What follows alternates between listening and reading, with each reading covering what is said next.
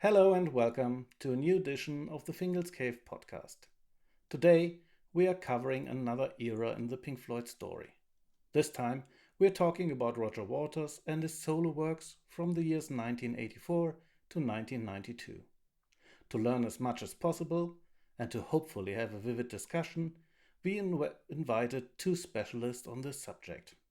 First, I would like to welcome back Adam, who was on our last discussion on Pink Floyd, the later years, and for the first time we have Kyle, who is one of the younger specialists on Roger Waters' solo works.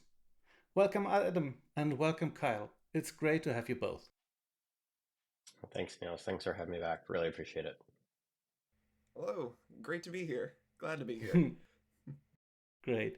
We already know a little about you, Adam, but not so much about you, Kyle. Could you please tell us a little bit about you and when and how you first got interested in Pink Floyd and Roger Waters? A little bit about me. I like video editing. I like preserving the past. That's something I've been into for a few years now. And it's because of when I got introduced to Pink Floyd in the late 2018. I had finished listening to all the Beatles music, and I went to a friend group of mine. I said, "What should I listen to next?" Because I've listened to everything by the Beatles, all their studio stuff, and I loved it. And someone wrote in very simple terms, "You should listen to Pink Floyd's The Wall." So I said, "Okay, The Wall. I've heard of Another Brick in the Wall, Part Two. We don't need everyone had heard the Education songs. And that's all I knew. But then I put on the album. I was sitting in library at my community college, and the beginning was really quiet. So I turned it up on my headphones as loud as I could get it. And then the opening to hit in the flesh hits me like a freight train, and I throw my headphones off, and I get a couple of heads coming staring at me from the sides, and I shook it off, put it back on, went to the beginning, and from there I it was unlike anything I had ever heard because I had never heard an album that flowed so perfectly from song to song to song. It felt so big to me because I never heard anything like that. And I'm reading the lyrics. I'm like, someone in the YouTube comments is posting all the lyrics. I'm like scrolling through and reading them, and I'm like, this album is it's so emotionally deep, and I was getting really into it. And then I discovered there was The Wall Live. They actually put this album on. They built a wall between the audience and the band. How crazy that sounded to me, and how crazy it looked. And I realized after having seen the movie that the animations that they were playing on the wall during the trial were completely different than they were in the movie. Something was different about them, and I had to know what it was. And that's where my start was just the animation of the trial taking me, grabbing me by the coattails, or grabbing me by the collar and saying, investigate me, show, like, figure out more. And from there I had a long stint just doing research about the wall, and then gathering some pictures of the wall tour online. I discovered a fleeting glimpse, which has these wonderful exhibitions of photos from all throughout Pink Floyd's history, solo or otherwise. And then I discovered on the site a little section for the Roger Waters pros and cons of hitchhiking program, and I'm looking through stuff, and I see this hotel room, and there's a strange dog inside of a pair of buns. I'm like, what is it that Roger is doing at this point? Why is there a hotel room and a dog? And I didn't think anything of it. Eventually, I found pros and cons at a flea market for $15, just the record, and something told me, grab it. I grabbed it, took it home, listened to it for the first time, had no idea what was going on, but it got me just enough. So now I've ever since I've just really been enjoying going through all of Roger's solo work and learning more, because I think it's a fascinating part of the Pink Floyd story because of what it leads up to and what it causes, after he leaves. So, at what age did you first get in touch with Roger Waters, The Wall, or Pink Floyd? The Wall was when I was 18, and The Wall was when I was 18. Roger was when I was 19, I believe. So that I'm trying to think. It's been 5 years is all I know, but it's been so prevalent in my mind. It's like it's just Yeah. always been there. So it took you 10 years. What took maybe Adam, same for you. It took us like 40 years to get the Yeah, same knowledge about Pink Floyd, maybe, I guess. So, but yeah. you just took it all in. I mean, you guys lived through it all. You have all the context behind everything. I'm just here as in a modern observer, you know. I mean, I Yeah. spoke to Cole, for example, who was at the UFO club concert, so it blows my mind. I mean, I started in '89, so or at least seeing them live, of course, but I started earlier. So great, great to have you. Thank you very much for being here. It's great. Same for you, Adam. We talked about Yeah. it when we did the last episode that once we talk about Roger Waters and his solo work, you'll be back, and here we Yeah. are, and I'm glad and happy that you're here. Yeah. Yeah, thank you. Yeah, this is I've spent a lot of time over the past couple of weeks sort of reliving and experiences and listening to things, and so I hope my memory holds up and I can uh, meet the task at hand. Yeah, I'm pretty positive about that. So how do we start? I mean, we want to talk about Roger Waters and his solo works today, but I think we have to start with the final cut because I just want to throw it in. I have a theory about the final cut, and my theory is that it would have been a very good idea for Pink Floyd and also for Roger Waters if that album would not have been released under the name Pink Floyd, but as the first Roger Waters solo album after Pink Floyd, because then The Wall would have been, at least for many years, the last Pink Floyd album, a very good and very successful, most appreciated album, and nobody would or could have the possibility to say, "Meh, the last Pink Floyd album was not so good," or I didn't like it, or whatever. And I think Roger Waters would have started his solo career with a masterpiece. So because I mean, if you look at the final cut at the backside, it's how it's so beautifully written on the cover, a requiem for post-war dream by Roger Waters, performed by Pink Floyd, and that's something I really don't understand. Anyway, I mean, how could David and Nick? Richard was already fired from the band; he was off. But how could they accept that it is a Roger Waters piece of art, but performed by them? I mean, I don't even know if Nick Mason really played some drums on it, but not too many, I would say. David had his contributions and his guitar work is great. And it took me, to be honest, it took me like 20 years to realize that he's singing on Not Now John. I Hmm. didn't realize because Hmm. for me it was Roger Waters, Roger Waters, Roger Waters. But what do you think about the final cut, and what do you think about the idea of having that as a Roger Waters piece instead of Pink Floyd? Kyle, you first. Having the final cut as a piece of Pink Floyd's music, I would argue it hurt the band in some ways, but I'm trying to think, I guess, generally about it's 1983, and this is you look on the back of the sleeve, Rick Wright is nowhere on the sleeve because he was gone. I think that was the first indication from the public that he was completely removed from the band. He was fired, but having it as Roger's first solo work, I would agree, does make it a very, very strong contender for one of his best if you put it as a solo work. But in terms of Pink Floyd, you end up with an album that has the bare bones of what Pink Floyd is, the drummer, the guitar, but there's not a lot of like good keyboards, there's not a lot of the album is missing the voices of the others, if that makes sense. The album is missing more of David's influence, more of Rick's influence. But even though we say that, how did David and Nick let this happen? Well, if we go back a couple of years to the Wall tour, where in the programs and in all of the advertising, written and produced by Roger Waters, performed by Pink Floyd, he had been advertising Okay. the band Mm. like that since the Wall live, let alone the first Wall issue on LP. The inner sleeve notes didn't even have the band members credited. It was just Roger Waters as producer, and then Bob Ezrin. Gilmore was there under a writing credit, I believe. But Nick and Rick were nowhere to be seen on the inside of the sleeve. So Okay. even going back before Final Cut, there's a sort of charge for Roger to be the sort of centerpiece of the group in terms of their output. Okay. That makes sense then. Adam, what do you think about the final cut? Because I really think it's a very strong piece in total. Oh, I think it's amazing. And just to kind of, camp onto what Kai was saying, I don't when it came out, it didn't seem jarring to me at the time. So that was the first Pink Floyd album that came out that I remember the release of. But the long, slow roll of the Wall going through, the tour, and then I remember when the movie came out.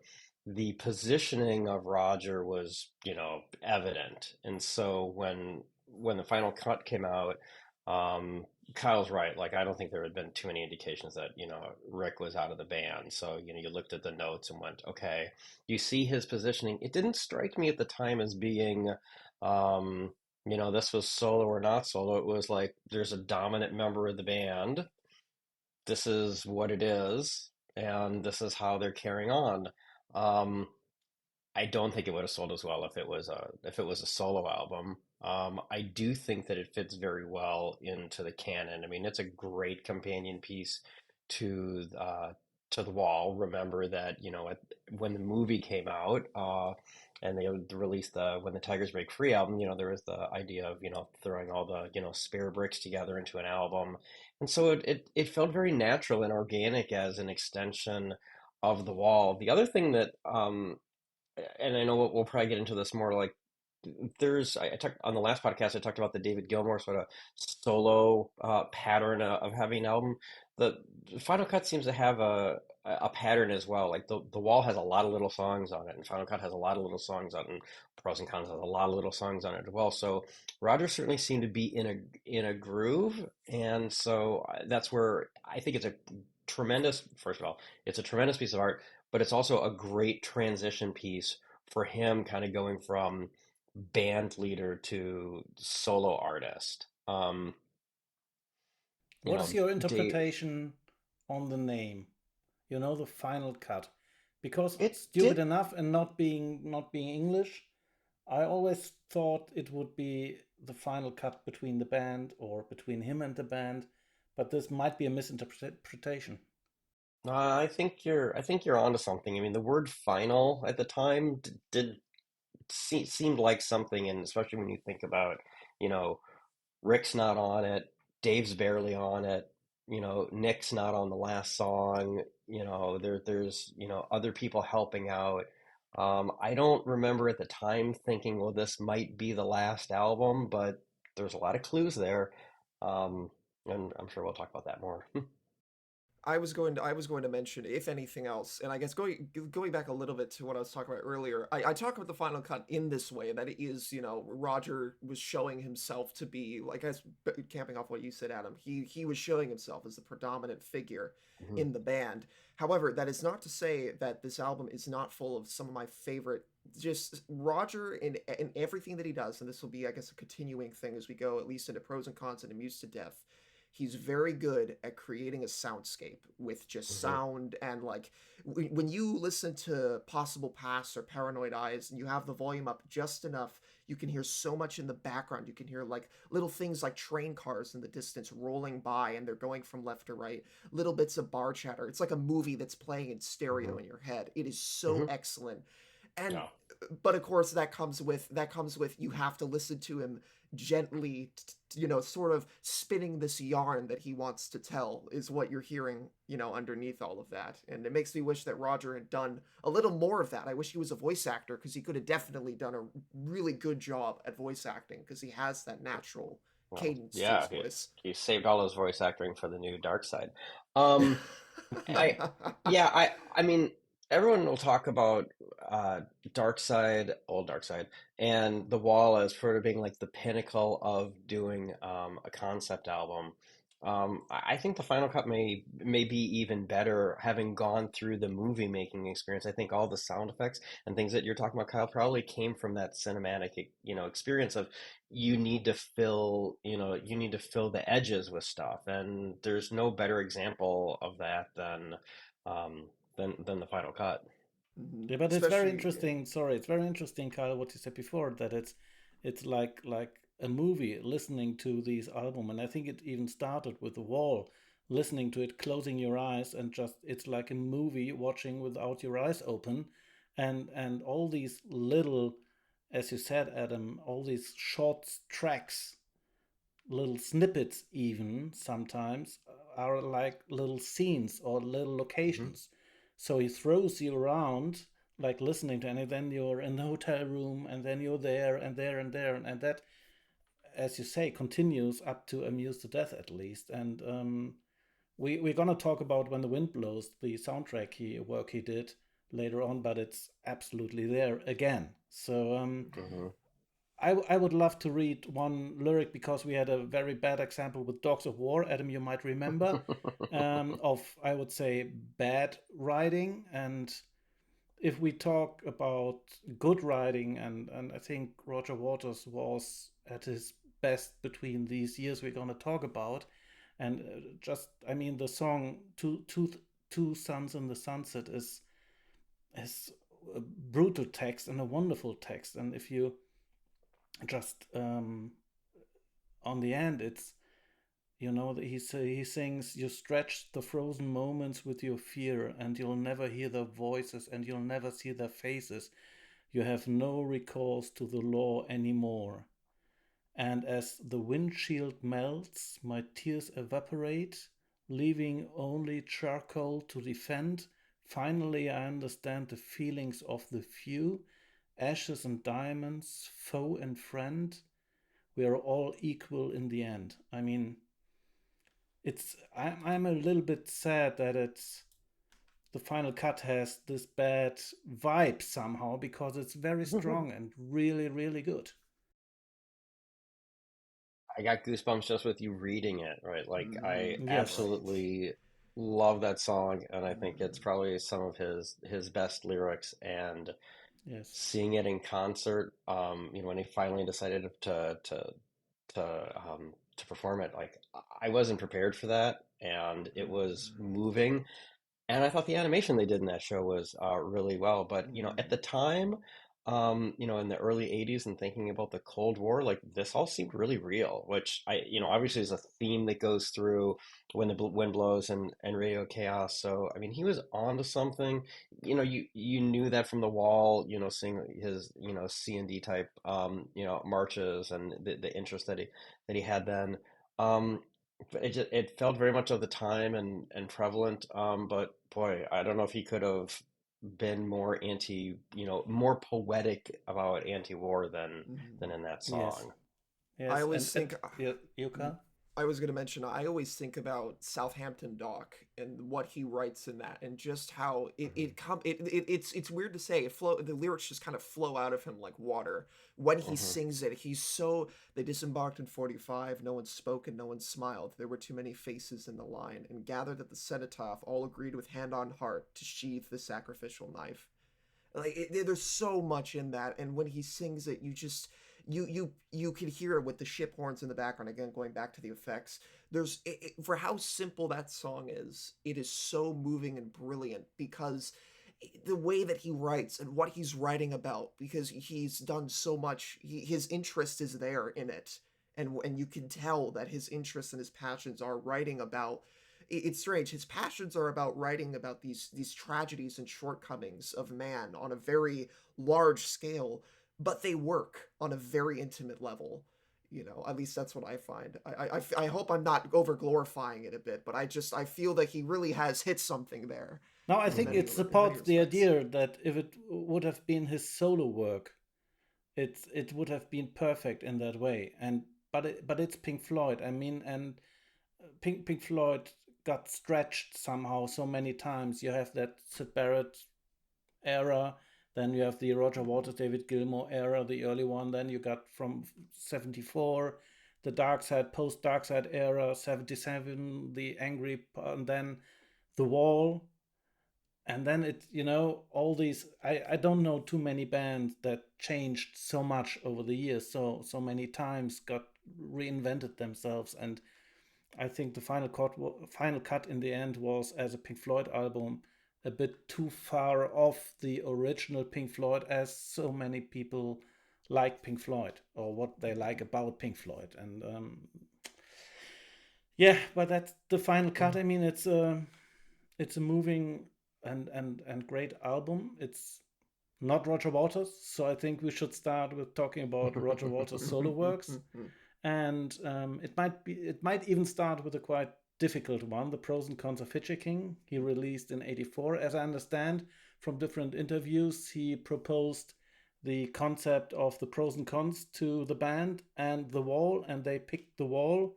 So the pros and cons was, as a concept, was free for Roger Waters as being his first solo work. It was one of my first albums I bought on CD because I'm a CD kind of guy, being starting with listening to music in the late 80s. CD was the glory and the great thing, and I bought the pros and cons, and at that time I liked it very much. But there's one thing, and as you know, I'm German and I don't understand and get all the texts. It's getting better, but still tough, quite tough sometimes. Kyle, could you help me? What is the pros and cons about? I just don't get it. What are the What's pros and cons of hitchhiking? yeah, So, pros and Roger has talked a few times in interviews is specifically what where he pulled his inspirations from and where parts of pros and cons come from. I've listened to so many interviews from 1984 that you have to really listen to so many interviews from 1984 and 1985 to even get an idea of what it was he was writing about, because he would always say, well, you're just gonna have to go listen to it, you're gonna have to go see the show for yourself to see what it's all about. But pros and cons, to sort of to try and make it to try and simplify it, is it is a 40-minute dream that takes place between 4:30 a.m. and 5:11 a.m. And it's about its main sort of focus is on the idea of monogamy and the idea of being committed to one single person in a relationship, but also the what if in life. What if you were to what if you were to abandon everything that you found stability in to chase a life that you may not have ever lived otherwise? And it's the idea of trying to find contentment with what you have. And it sounds very simple and it sounds very odd, but when you listen to it and you read the lyrics, and like there's all this material from between the live shows and the studio album, there's enough there where you could really start saying, oh, this is the point where our protagonist, Reg, I guess his name should be because he is the main character's Reg, that he's going through this endless he keeps trying to fall asleep to be with this dream woman of his, and he keeps trying to immerse himself in a world where he's not with his wife. And this whole and it's tragic because you think he's, obviously it's the whole, like I mentioned, it's a thing of not appreciating what's there. And there's a lot of, I think, beautiful storytelling on the front of talking about loss and talking about how things fall apart when you think things are finally working out the way that you may have thought they would in your life. They start coming apart, and you have to, sort of meander and in a way hitchhike from, hitchhike, whether literal or metaphorically, from place to place. And also how, life is like a road trip where you pick up and drop off people at different intervals on your journey through life. It sounds like a mouthful because it is, but it's also about sex, apparently. That's what Roger says. It's about sex as well. I wouldn't deny that one bit, especially with the choice of sound effects during running shoes. But yeah, okay, thank you. I get a little bit better now, but still, out of all the works Roger did, I would say it's the weakest concept and the weakest story he's telling there. And after all these years, I have a hard time listening to it, and this is for two reasons. The first reason, and that I think is the main reason, we talked about many times that Pink Floyd is so good at not playing things and not doing things, but giving you the room between, like pauses. And it's, if you listen to the Wish You Were Here album, Darks of the Moon, Metal, it's there's a lot of room in there, a lot of space to fill yourself with your own ideas, whatever. And the pros and cons of hitchhiking is just so fully packed of noises, and it's giving me headaches these days to listen to this because it's just too much in there. At least to me. Maybe I'm getting too old for it, but I don't know. I have to see what you think, Adam. But this is, for me personally, the weakest thing.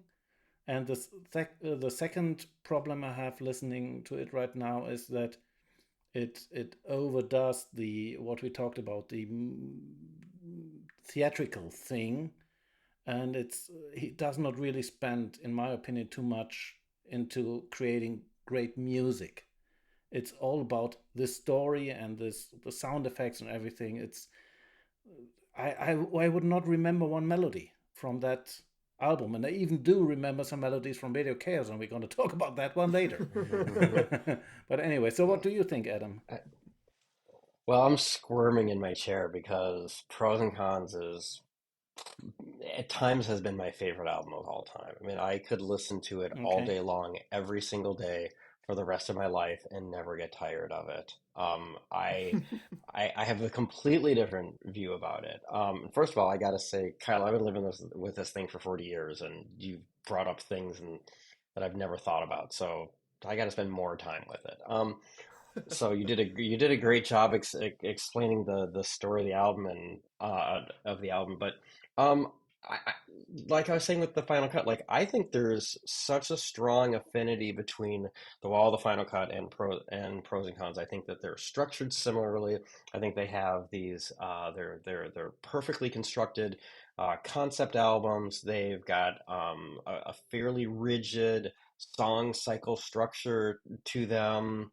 Uh, you could argue Roger was just kind of going through the motions at the time, but it was all probably written around the same time anyway, or at least was all sketched out in his mind at the same time. So that's probably why the structure is there. But the songs are amazing and have great lyrics, and I think one of the things that's so different about it compared to if you want to go back to Dark Side or Wish You're Here or anything else is that there's always been a lot of personal songs that Roger has written in the past. I mean, obviously things like Free For are very personal, but this is a whole album, right? He lays it all out in front of you, right? So whether it's what he's really feeling or inspirations that he's had through the years and wants to tell a story. I think it does a tremendous job of dealing with the internal paranoia and psyche of what you go through when you are just lying there trying to sleep and think about all the different things that are going on in your life and relationships. Um, I'm not quite sure when to bring this up, but for me, his strongest love song across his entire body of work is "The Moment of Clarity." Um, Not the type of song I think gets a lot of attention. I think it ends on an extremely upbeat sentiment, even though um, it's a downer musically. But I think the lyrics are just absolutely beautiful and give a tremendous amount of hope. Um, it speaks to me.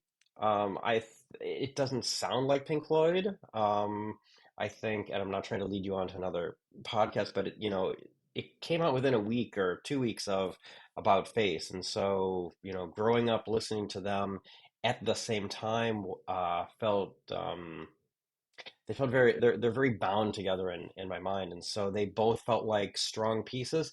But Dave's album is a bunch of songs, right? There's not a lot of personal thoughts except for maybe like Cruise and Murder in there. Um, Pros and Cons is an entire album where you just feel like is laying his heart out in front of you, and for that I will spend the rest of my life listening to that album and appreciating it. And I hope you get to that point too, Nils. I was there. I was there musically. Mm. The thing is, I'm thinking about what you're saying, and maybe again, English is not my main language. So if I listen to music, I listen to music because I don't understand, or I have to translate, and it's in real time. It's quite difficult. And would you? Maybe it's impossible to answer, but would you think the same about this album if you would not have been able to understand? If he would have sang in Russian or German or French, maybe you're able to speak or understand French. Would it um, be the same? Yeah, I guess I don't have the luxury of that. I mean, I was thinking Yeah. about, your desire to listen to the lyrics and just enjoy them for the sounds that they make, and the only thing I could come up with was the Cocteau Twins. Like I have no idea what she's saying ever. So if you haven't listened to the Cocteau Twins, you should because it's a nice way to just sort of get lost in, ethereal sounds. Um, so I don't know. I don't know if I could listen to it and not know what he's saying and get something out of it. There's probably too much of a story there you probably do feel Yeah. like you're missing out on something.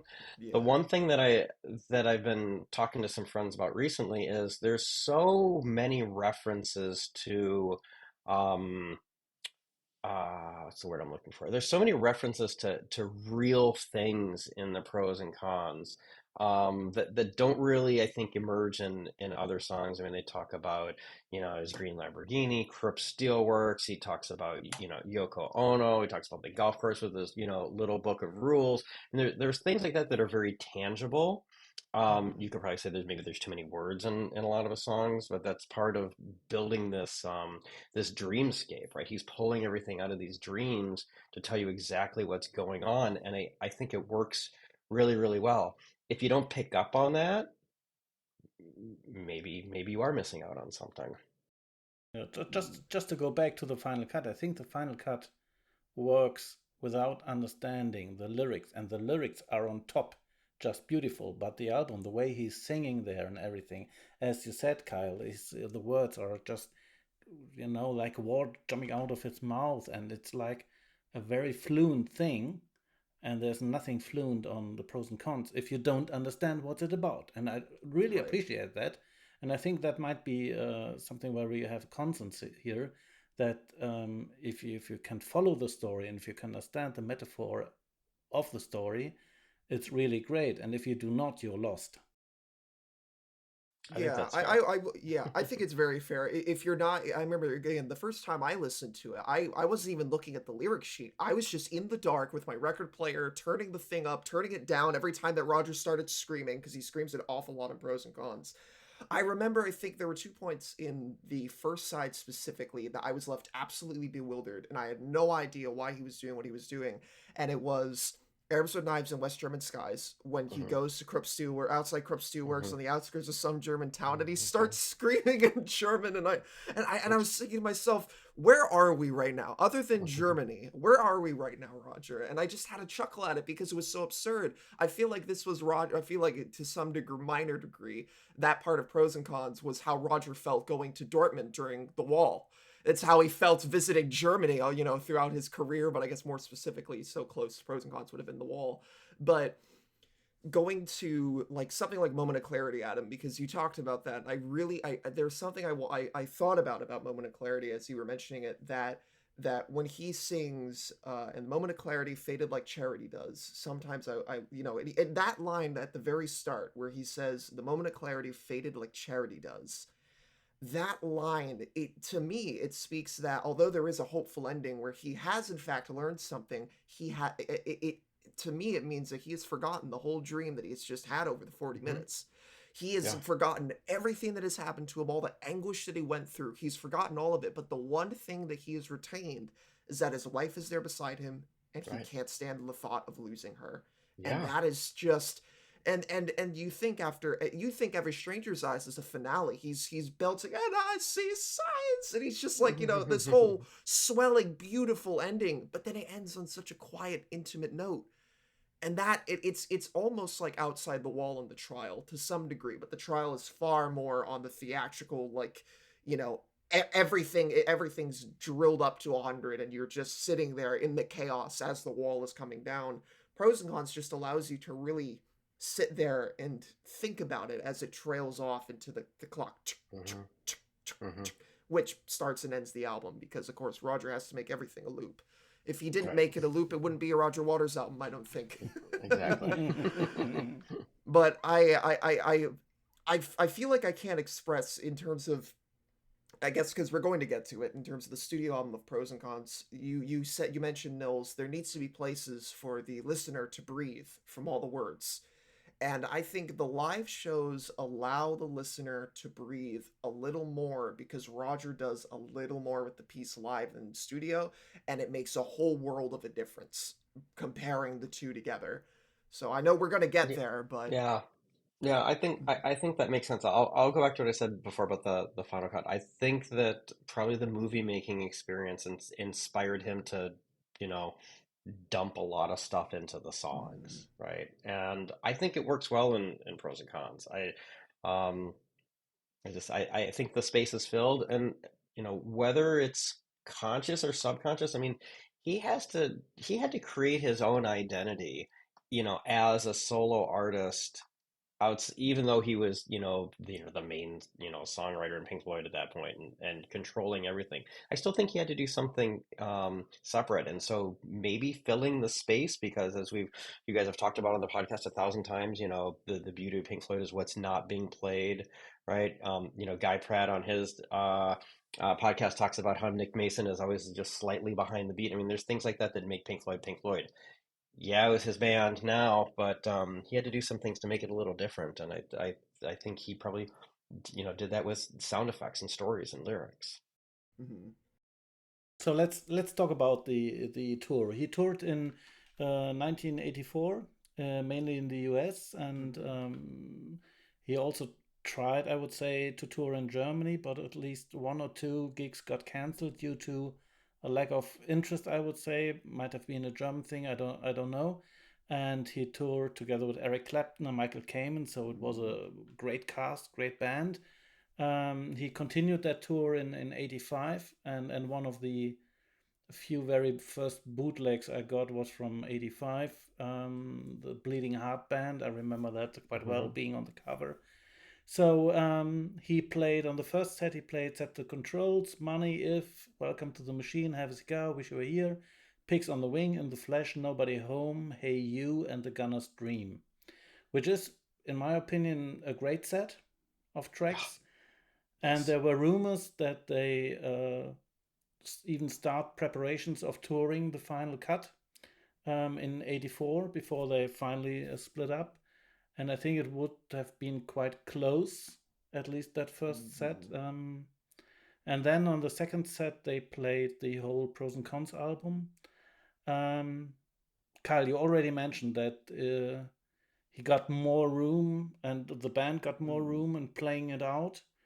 Um, what do you think about the tour in general? I mean, it must have been quite difficult, technically difficult to play such an album live.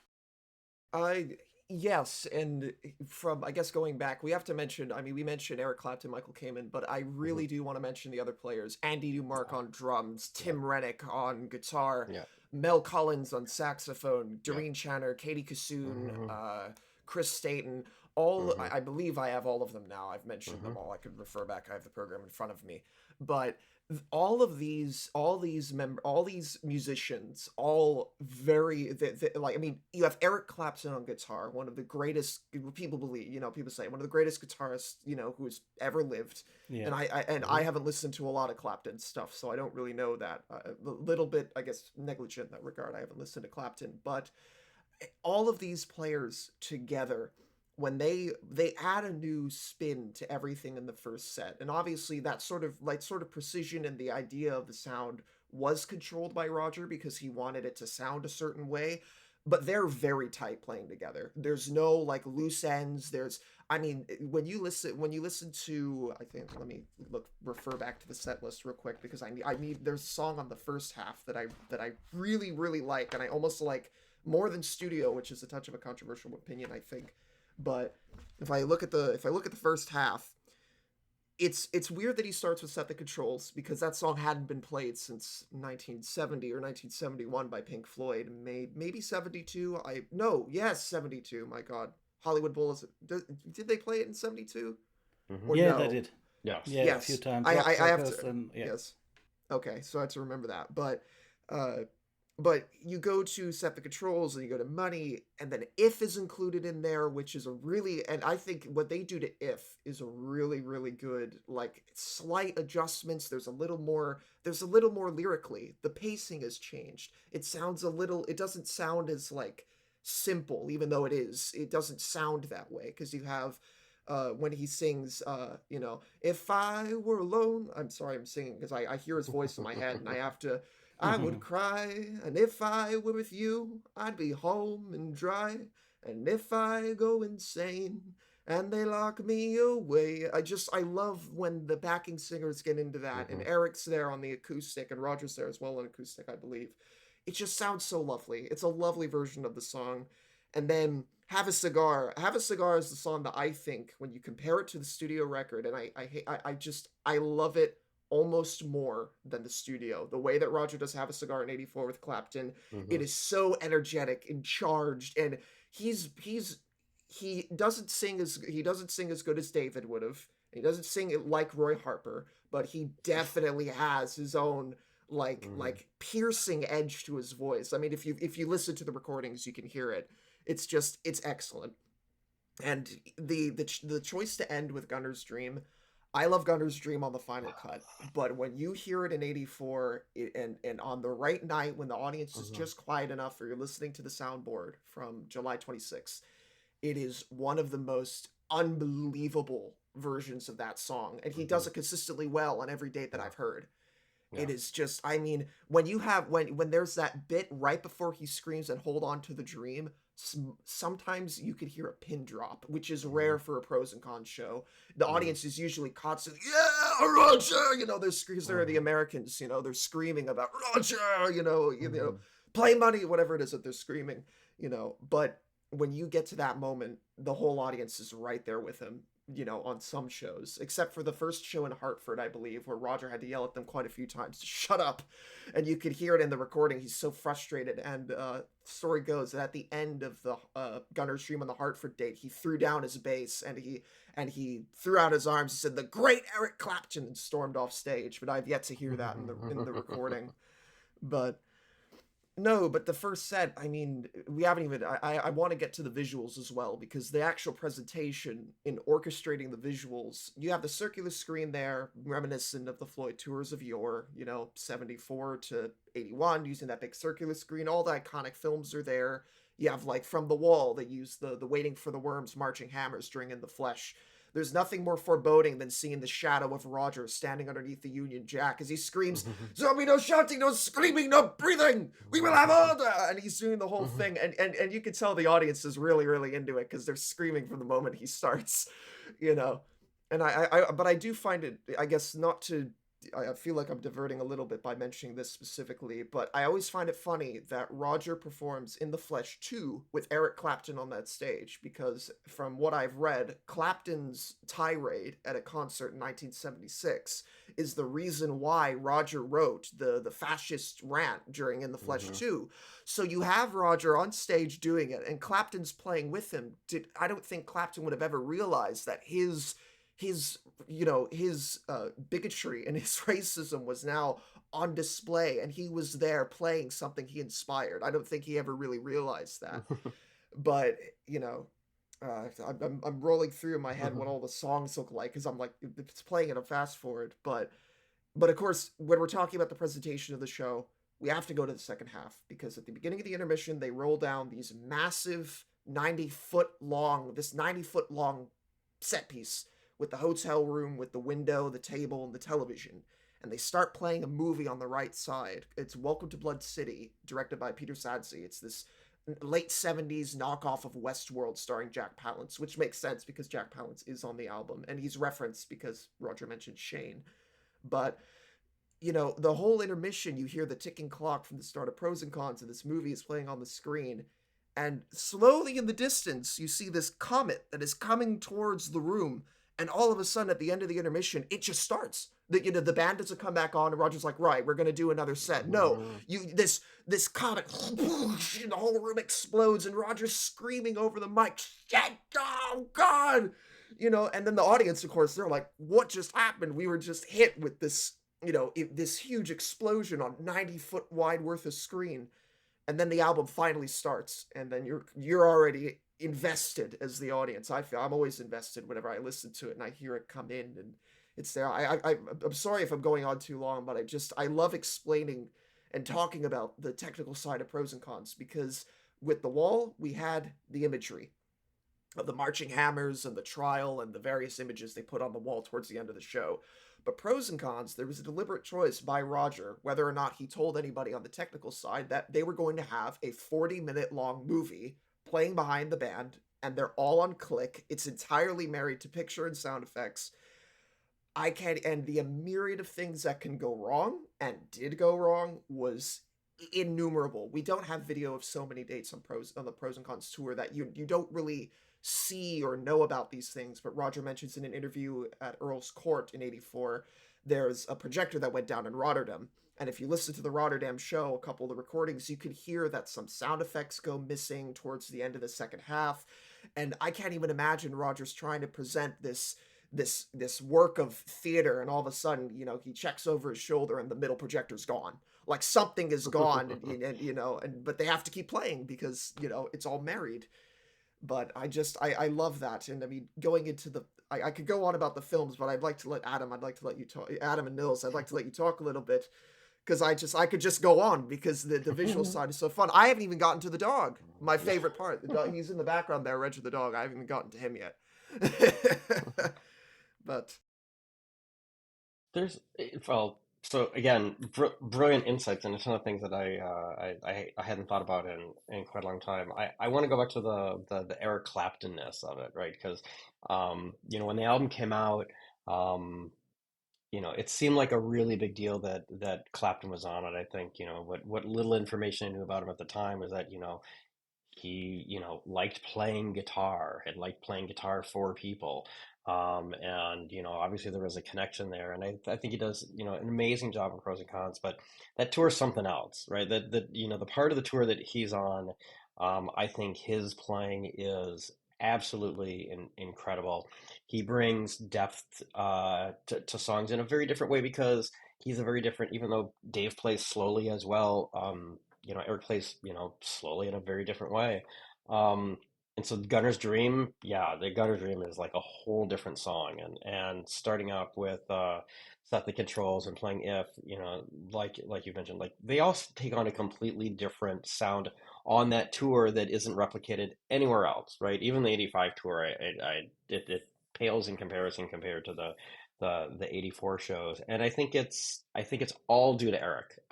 I think the rest of the musicians, like Michael Kamen, is just brilliant. An incredible loss there. Mel Collins is great. I wish they could have toured with David Sanborn. That would have been brought a different view to things. But that's a lot of firepower to bring on tour with you. I know that there's Clapton people that feel like he was really, really constrained on that album and and on that tour, and um, he's not the star of the show. Obviously, no one outshines Roger, although Eric tries and does an admirable job of it. I think he did get to stretch out in Gunner's Dream. I think there are other in Sexual Revolution, a couple other parts in the second half yes, where he yes, really, really gets to stretch out. But like you're saying, Kyle, like they're playing to click, right?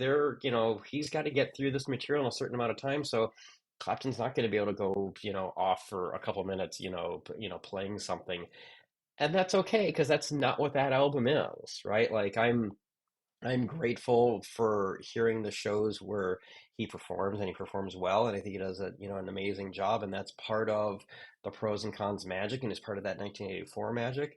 I think when they swapped him out for Andy Fairweather Lowe, who is an amazing guitarist, in '85, I think those shows are almost as good, but it's not Eric Clapton playing those songs. And I sometimes I wonder if why Roger doesn't go back to some of that material, because it's just so inexplicably linked with Roger. But um, right. I, I I can't take Eric out of that album or that part of the tour for me. That's it's too difficult. And that did also start to turn me on to being an Eric Clapton fan. And his Live Aid performance, where I thought Roger Waters was playing piano because I was an idiot, and it was Chris Stanton. Um, it seemed plausible at the time. They both had long, greasy hair. Um, but that '85 period really started to change and give Eric a whole different career, and now he's even more Eric Clapton than he was before. Um, I think it was good that he had that time in '84 to play on Pros and Cons, and I that tour is just, for me, is just sort of centered around him and the story. And you mentioned sorry, Knowles, because I want to bounce off before I forget. You mentioned Sexual Revolution in particular, and then that made me think a few Hmm. songs back to Running Shoes, Hmm. because Running Shoes is longer than it is live than it is in Hmm. the studio. There's an extra verse in the middle, And I feel like, and I don't know if a lot of people have like really listened to the show as a whole to really hear it, but when Roger starts singing during Running Shoes, "Ooh babe, where you been? You Mm-hmm. bring back the feel, the Mm-hmm. flavor of damp teenage skin." When he's singing Mm-hmm. that portion, to me, it sounds like it's part of the demo that he's using in the live setting to fill in for time, and Clapton's playing brilliantly underneath the whole Yeah. thing. And then when you get to First Time Today 1 as well, there's a back and forth that begins between Roger and Doreen Chandler, Katie Kissoon. Mm-hmm. They start calling back and forth to stay with me, stay with me. Yeah. And the band just ramps and ramps, and it gets more and Mm-hmm. more intense until finally they almost, it seems like literally they crash into sexual Mm-hmm. revolution, and Clapton's Yeah. leading the charge. Right. It is unbelievable to listen to, and it outshines the way that it sounds on studio by tenfold, because there's more going on there in terms Yeah. of the music.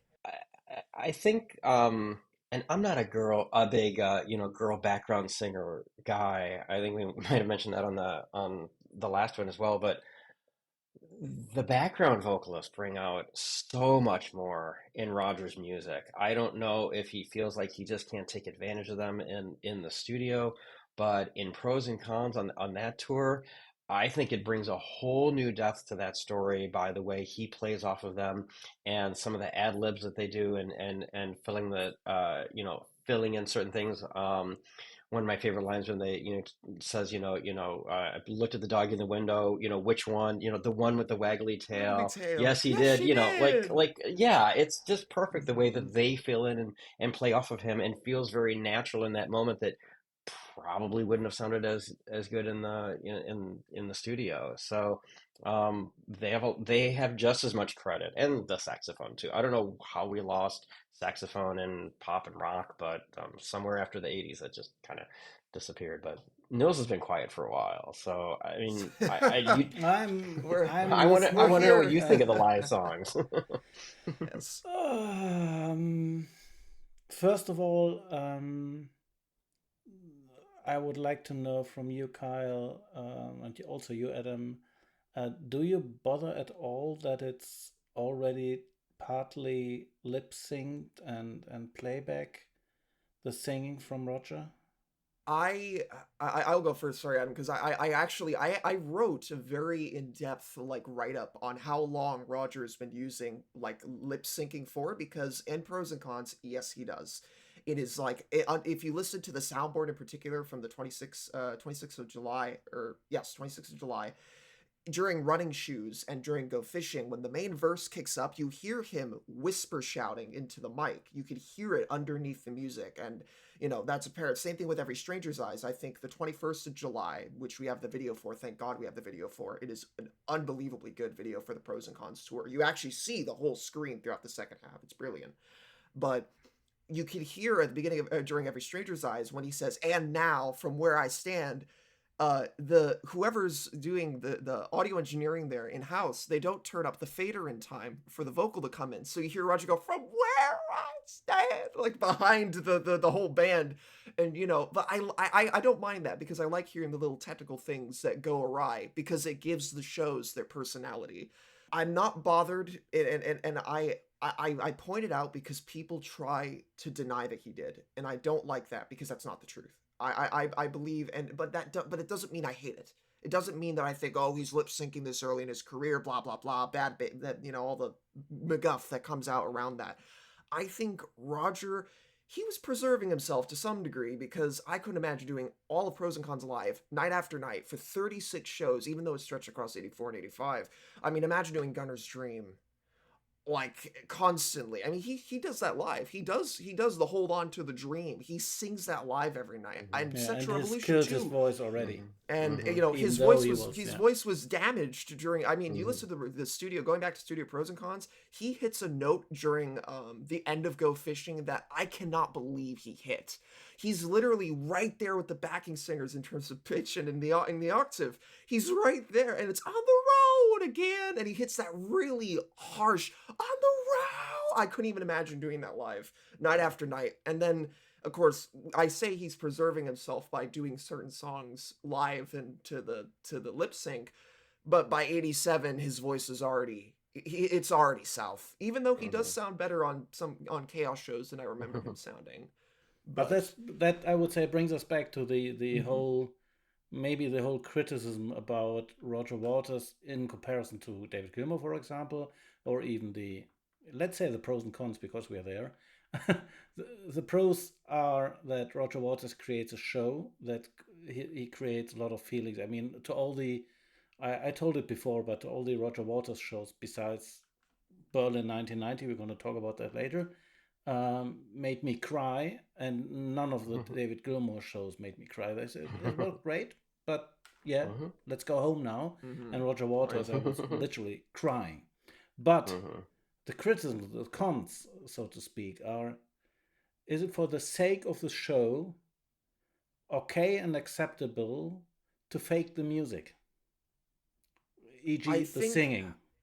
okay, so if you're talking on a musical level, to I guess I don't know. I Adam, I might let you take the reins on this because I think I need to think about this a little bit because I keep thinking. I always think whenever I talk about Roger and his lip sync, I think about what is he trying to do for the greater whole of what he's doing as art. What art is he trying to put on? What piece is he doing? But Adam, I'm gonna let you speak on Yeah. this a little bit. I don't know if I have an opinion about Roger lip syncing or even having like some of the music played back. I mean, you can't do anything about sound effects, right? You're not going to recreate the sound effects on stage. I mean, Pink Floyd did try in 1970, and a little bit after that to try to make songs out of sound effects, and that doesn't work, or at least listening back to tapes, it's not interesting. I think I have to go with a theory across all rock, rock pop performances that there's probably stuff that they just can't do, and you just have to augment somehow. And maybe there's an argument if you can't play it, you shouldn't be trying to do it live. And you'd wipe out Yeah, every but I boy have to band known interrupt to you there. existence. So yeah, I don't know. I think I mean at the end of the day, people want to go see their heroes. People want to see the music on stage. If does it matter if it's 80% there or 90% there versus 100% there? It's hard No, to I'm not say. convinced. I mean, if Emerson, Lake and Palmer, if Keith Emerson would have not been able to play Tarkus live and would have created some sort of backtrack with Tarkus, I mean, it would be Well, stupid we're to have it talking. live. I suppose I I don't suppose we're want to talking about compare Keith that. Emerson. You know, I was gonna say we're talking about Keith Emerson. I don't know. Imagining Keith Emerson not being able to play Tarkus live is such an odd thought because I don't think it's Yes, possible in any yes. timeline. I don't know if it's If possible. but yeah, no, let's be provocative now. I mean, if you say that the screen was great and the 40-minute movie was great, everything was great. Why not having a great live movie with everything in there, but not Roger Waters standing there pretending to sing a note he can't sing? And I totally can accept the reason why he's not doing that. But the question is, if I go there and I listen, for example, in comparison to Comfortably Numb by David Gilmour, not the singing, of course, but the guitar solo, and I realized later on that he already backtracked it 2 days before because he was in a better mood, I would have, I would have feel betrayed. And with Roger Waters, we somehow accept that for the sake of the whole thing, we accept that he's pretending to sing and not Uh, singing. If he would say, I I can't sing it, here's somebody else who's able to sing it, or it comes from tape, I'm fine yeah. with it. But he's standing there pretending I, he would do it. Yeah, I've got I guess two quick theories, and I'm gonna have to think about this more. One is clearly Roger's not just about presenting the music, right? Obviously, it's an entire experience, and he did that to excess with the later part of his career. So I think his nature for the theatrical and maybe borrowing some tricks there, I think he feels like he could get away with it. I think the other thing you got to consider is if we're nerding out on these things, like we're picking up on them. Kyle's picking up on things I've never ever thought about.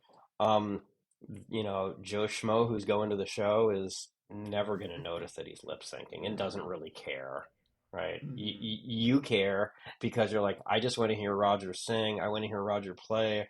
I don't care about what's going on behind him. And like on the more recent tours, yeah, I feel totally cheated when he's walking around with the bass and playing one note across every 5 minutes. I mean, Roger, either you're playing bass or you're not, and he's famous for not playing it. So I get that perspective, but I think most people don't care, and so he can get away with it. I was for me, I guess, in thinking about that, I think with Roger, and I guess this is going to pros and cons specifically because I want to mention that he didn't lip sync a lot in pros and cons. It is shocking how little of pros and cons he's just miming. He's doing Sexual Revolution live, which is an incredibly difficult song to hit any notes in, let alone for him. He's doing most of every Stranger's Eyes live. It's only that last verse that he commits to. That he commits to tape. Running Shoes is committed to tape for obvious reasons. I couldn't even imagine it's imagining trying to sing Running Shoes alive, that night after night and with rehearsals with other things. I think with how little of the pros and cons tour and K.A.O.S to some extent, there's very little of it as well on K.A.O.S from what I'm able to hear. He's not doing a lot of miming. It's only when we get into the later parts of his career, even in Berlin '90, he was doing it. And he's doing it for a lot of Berlin '90, from what I recall. But again, I guess would I feel cheated? Would I have felt cheated if he was miming all of pros and cons or half of pros and cons? Maybe I would, because I would expect him to be able to sing the things, all of the things that he wrote, and the fact that he'd be doing that little of it would be a sort of like, I feel like I've been jibbed to some degree. But Adam, like you're saying, he's walking around on stage playing a bass note every 5 minutes. In terms of Yeah. now, that's a different experience. That's a different, And like, I guess, camp of thought. and this is where, and I just would bring up one more example. This is where I think like our hobby has worked against us in a lot of ways from an enjoyment factor. And there's that difference between what's studio and what's live. And in Geddy Lee's great biography, they talk about how they crafted songs in the studio and then would go, oh, now we have to figure out how to play this on stage. Yeah. You know, Hmm. so what's the real version of the song, right? What is it, Hmm. what they craft in a studio because they can do, 1,000 different takes of a solo? Or is the real version of the song that they can play on stage because they're, however many musicians in a band? Um, and again, that's where I think it's hard when you're sitting there going, well, I've listened to every single performance of, Comfortably Numb ever made, and I didn't realize, he isn't playing the solo, or the background vocals are always a backing track. Whatever the example is, it's like 99% of the people out there never would even think about it or care. And it's just when you're going through it that detail, you're getting lost for something. So I don't think I've ever thought about Roger lip syncing in the Pros and Cons tour until today. So I'll pay more attention. Okay, so let's wrap up the pros and cons now and just move on and go to 1986. I think it's a quite special year, even though there's no touring and nothing is happening obviously there. But David and Nick Mason are preparing a new album and they're declaring Pink Floyd as being very well alive. And Roger's going mad about it. And to be honest, to some extent, I understand why he thought and he was fully convinced that the Pink Floyd time's over, and now David Gilmour and Nick Mason are starting it again, and he's working on a soundtrack, as we mentioned briefly before. The When the Wind Blows, a very wonderful but very dark and difficult movie, but really a masterpiece in itself, I would say.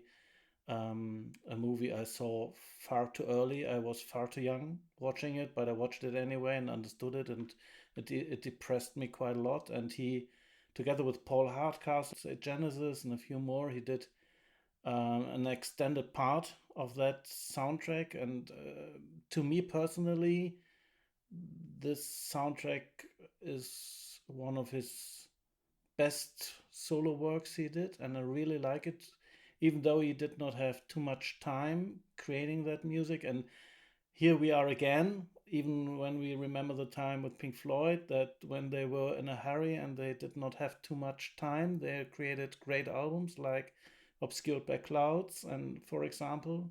And here I think we might see that again. But there's one very interesting line in the lyrics, um, in the Tower of Faith song, he says, "This land is my land," he's singing.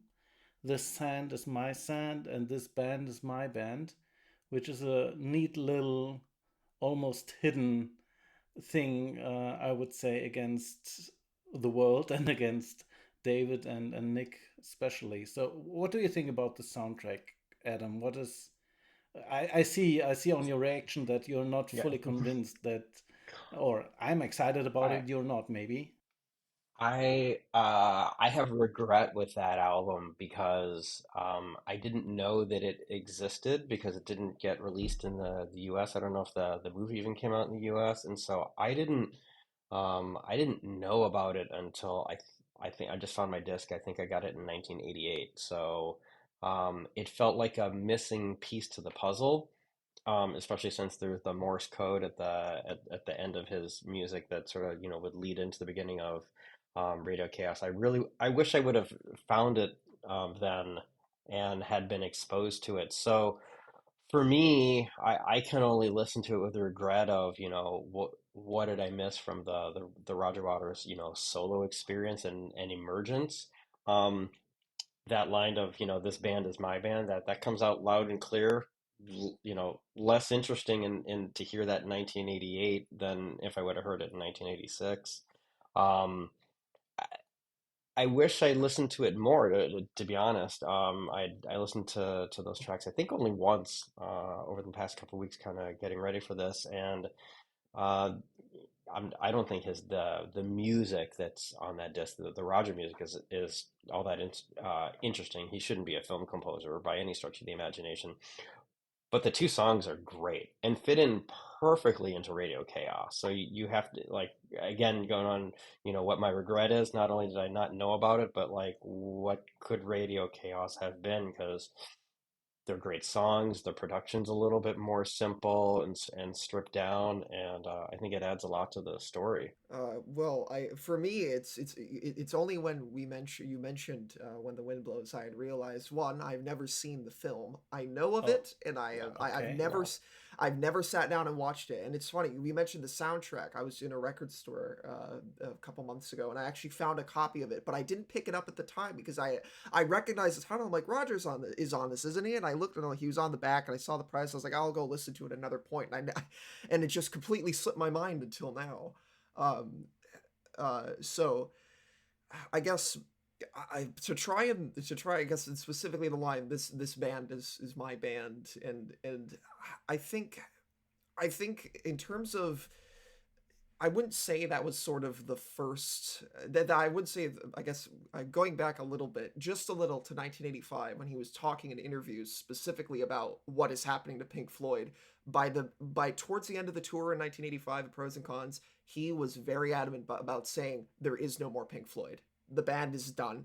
I am the only member left. He has said that. He said that verbatim in an interview once, that I am the only remaining member of Pink Floyd. And carrying that sentiment into this song, and carrying that sentiment into the Chaos tour, and carrying that sentiment even and also to some degree that sentiment does carry over into the Division Bell, because you have the line, you know, tell me to please go fuck myself, and that's, that goes back to that, that sort of genesis of what I would think is one of the longest feuds in rock and roll, which we all of us Pink Floyd fans have to live under.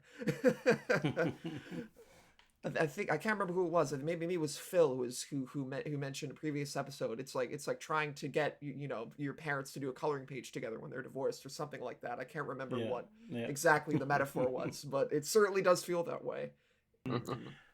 Okay, so we have When the Wind Blows in 86, and then he started, or at the same time started working on Radio Chaos. And I'm I mentioned the line, "This band is my band," because in my theory, the way he produced Radio Chaos was, he wanted to create the opposite of Pink Floyd and the opposite of David Gilmour's music, maybe even Nick Mason. I mean, there's no real drum in there, no real drummer. There's almost no guitar in there. It's I wouldn't say synthetic album. I don't know how you call it in English proper way, but it's a very technical electronical album. And I remember I had a friend in the village where I lived who created, or he built his own box sets, and he was an audiophile kind of guy with a extremely high end equipment. And Radio Chaos as an album was one of his showing off albums he put on to show everyone how good his system sounds. And of course, it sounded well, and the album sounded at that time. It was a reference. I mean, it was Hmm. wonderful. I personally, again, it's so strange because I sound so negative, but I love it all. Um, Radio Chaos did not catch me at that time and never did after. There some songs I like very much, but this is the album which um, never touched me so much emotionally in comparison to Pros and Cons, for example, which touched me deeply in the I would say early 90s, not today maybe, but at that time. But Radio Chaos somehow is um, is a very polished and very 80s production, and Hmm. I get it, but I don't feel it. Um, yeah, like I have a lot of things that I would say about Radio Chaos. I think I probably already said about Momentary Lapse of Reason. You know, it has that 80s sound. It has, you know, a lot of boom and echo and gated drums and stuff that was of the time. And I don't think anyone should necessarily be apologetic about it. Um, I think where it falls down for me over time, I just certainly didn't feel this way when it came out because once again, you know, you had Radio Chaos and you had Momentary. It was sort of like when you had Pros and Cons and About Face coming. I was like, oh my God, there's all this great Floyd product. What a wonderful time we live in. But I don't go back to Chaos that much. Um, it's it's missing something for me. I like it's not as complete. I don't think the story is as well-rounded as it could be. And I'm not trying to jump ahead, but you know, you just have to look at the tour and how he tells the Radio Chaos story on the tour, sort of as evidence for how much is sort of missing from that album. Um, uh, and again, not trying to go forward to talk about it Amused to death, but I think that Chaos is sequenced like an album, and I mean that as like, you know, a piece of vinyl. You know, there's two sides to it, right? Just like there's, you know, two sides of the final cut, and there's two sides to pros and cons, and Amused to Death is not a two sides album. That just is, it's a long CD, which again was sort of what was being done then, and I know we'll get to that, but there's a lot more to Radio Chaos than the 8 songs that are on the album. The other issue I have, I get why the tide is turning exists on that album, but it sort of sticks out to me. I mean, if the stories are right and he was asked to, you know, write that so that the album wasn't, you know, ending on a downer, it worked. But I don't, it's incongruous to me to the rest of the album, and I kind of wish that some of the other songs that were, you know, B-sides and demos were part of the complete presentation instead of having that on there. So. Um, yeah, it's an interesting piece of work. I know we'll talk more about it, but it's no pros and cons for me. For me, Radio Chaos, I guess for me when I first listened to it, all because I think I'd heard pros and cons a few times and I'd enjoyed it, but I hadn't heard Chaos all the way through. And it was one of those things where I sat down, I just listened to the whole thing all the way through, and I I know Nils, we've talked about this, and I think you might mention it here, but the thing that struck me the most about Chaos is the fact that although Roger is a voice on the album, he's not technically the voice on the album, if that makes sense. Because with The Wall, Hmm. you have David and Roger, they sing their different pieces, and that coincides with the story. But of course, Chaos, the driving voice is Jim Ladd. He Hmm. is the driving Oh, voice of Chaos, and Billy to some okay. extent. Billy's there, he, communicating the portions of the story and, like, his, I guess, world of things, which, as you mentioned, Adam, is far more extrapolated in the Right. live show and the way that Billy interacts there. But Jim's voice, I think, is what really it drives the story of the record, and it Hmm. drives the kind of feeling of the record. It does. And and it's something about he's very candidly, it's just Jim Ladd. It's not Jim Ladd playing anybody. It's just Jim Ladd talking to Billy as if he's someone calling in into the Hmm. radio.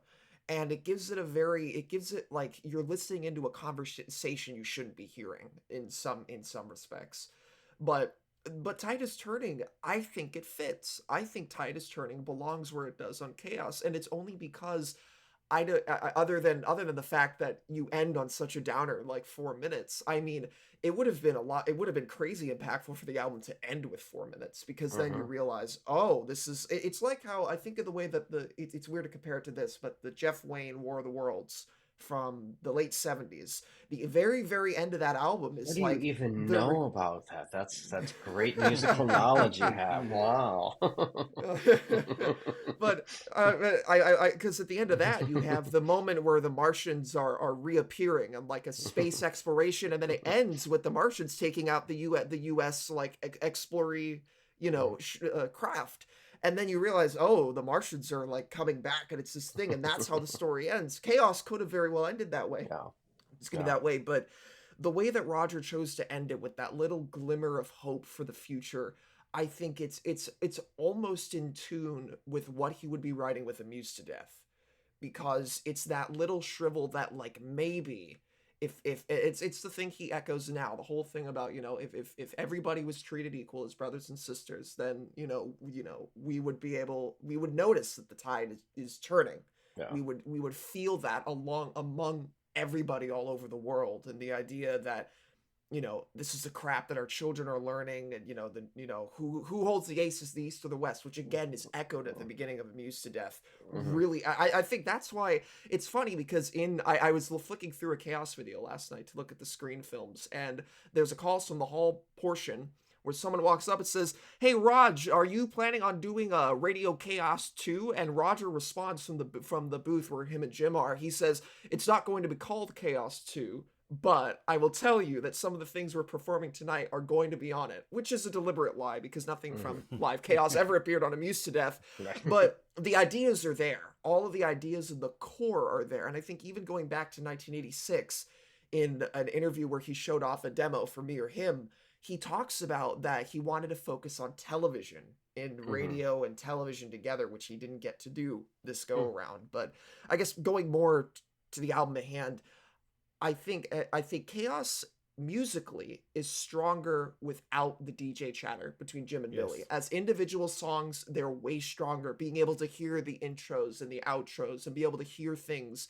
So for played all to the listeners, completion. sorry, for all the listeners, we're talking Yes. about the off-the-air bootleg, so Yes, to I was just speak. going to mention the Yeah. off the Yes. air promo LP, because that off the air promo LP is a version of Radio Chaos that doesn't have Jim or Billy for the good majority Yeah. of it, and all the songs flow in such a they flow like pieces of music, like not quite like sides of vinyl, but they flow like pieces of music that belong. It's almost like a David Gilmour solo album in some respect, because Just a Adam, you bunch of mentioned songs. that it's just a bunch of songs. Chaos, when you strip it of the DJ aspect, sounds like a bunch of really good songs It- that are kind of strung together by little bits of like quiet or little bits of like interlude between. yeah. So I have You another know, that's theory. Sorry, Adam, no, I no. have to Go jump in ahead. because I have I another. I have another theory about Radio Chaos, and I think it might be the reason why it does not touch me emotionally. Um, I think all the albums Roger did, and also pros and cons, even the war, they describe a life or something, a story that could be mine or could be yours or could be yours, Adam. But Radio Chaos is somebody else's story. It's like an Yes. alternate reality he's describing, and it's not my world. It's not the world I'm living in, and I can't really connect with that world, and that's a total difference, as you explained so beautifully about the pros and cons, Kyle. It's a dream we all have, and we all had that dream. We maybe not you, Kyle, but I'm happily married, and even though some dreams are quite difficult, but then you wake up and think, oh my god, I'm so happy that this is the reality. Yes. And this, could be my life being described there. But Radio Chaos does not give me anything of that. Mm-hmm. I think I think you're both very perceptive. You know, pros and cons could be your life. You know, Final Cut could be your life. Wish You Were Here could be your life. Certainly, everyone's life is in Dark Side, and so many of those examples are, I think, coming through from Roger's experience. You know, uh, Radio Chaos is so far removed from that that I don't think anywhere Roger even mentions that his dad died in the war. I mean, Mm-hmm. there's just none of that. I mean, and maybe that was a writing exercise for him to try to figure out how do I not make this personal about me? Um, how do I make this just be a story? And so I think that's valid. Um, I want to bring up two things. I do want to go back to the off the record, and I do want to talk about someone he mentions in the story. In the off the record, I hadn't listened to that. I don't know if ever, but certainly not for a long time. And I listened to it last week, and I started to think of the same thing that Kyle did. Like these are great songs to listen to, like as they are presented, just as songs, without the intros and outros, without the between songs. And then I think it was in the big. I can't remember if it's the beginning of Home or 4 Minutes where they leave in some of Jim's Yeah, vocals, 4 minutes. and 4 minutes. all of a sudden I went, my first thought was, oh shoot, Jim's in here. And then I went, oh, I think I really like it with him better in there, right? Because it's, you know, it's Roger. I don't want just a bunch of songs, right? I want that narrative pulled together. Um, and I found it kind of jarring then when his name, I bet I probably would have liked it better had they not left that little snippet in there. So I want to point that out. I do think it's worth people, if they haven't heard the album presented that way, I think it's worth seeking out. Um, Going back to some of the this band is my band, and is it Pink Floyd, is Roger going to shut excuse me, is he going to shut the Pink Floyd down when when they're touring? One thing that always stuck out to me is, why is Billy's uncle named David?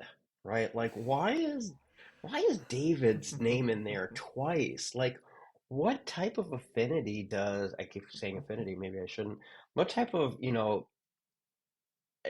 thoughts does Roger have going on in his head that Billy's uncle is David, and why is David in LA, and what does that mean? I mean, is it a slam that maybe he's rehearsing musicians out in LA? I've never done the math to see to figure out if that's right, but it's in Sunset Strip and it's in Going to Live in LA, right?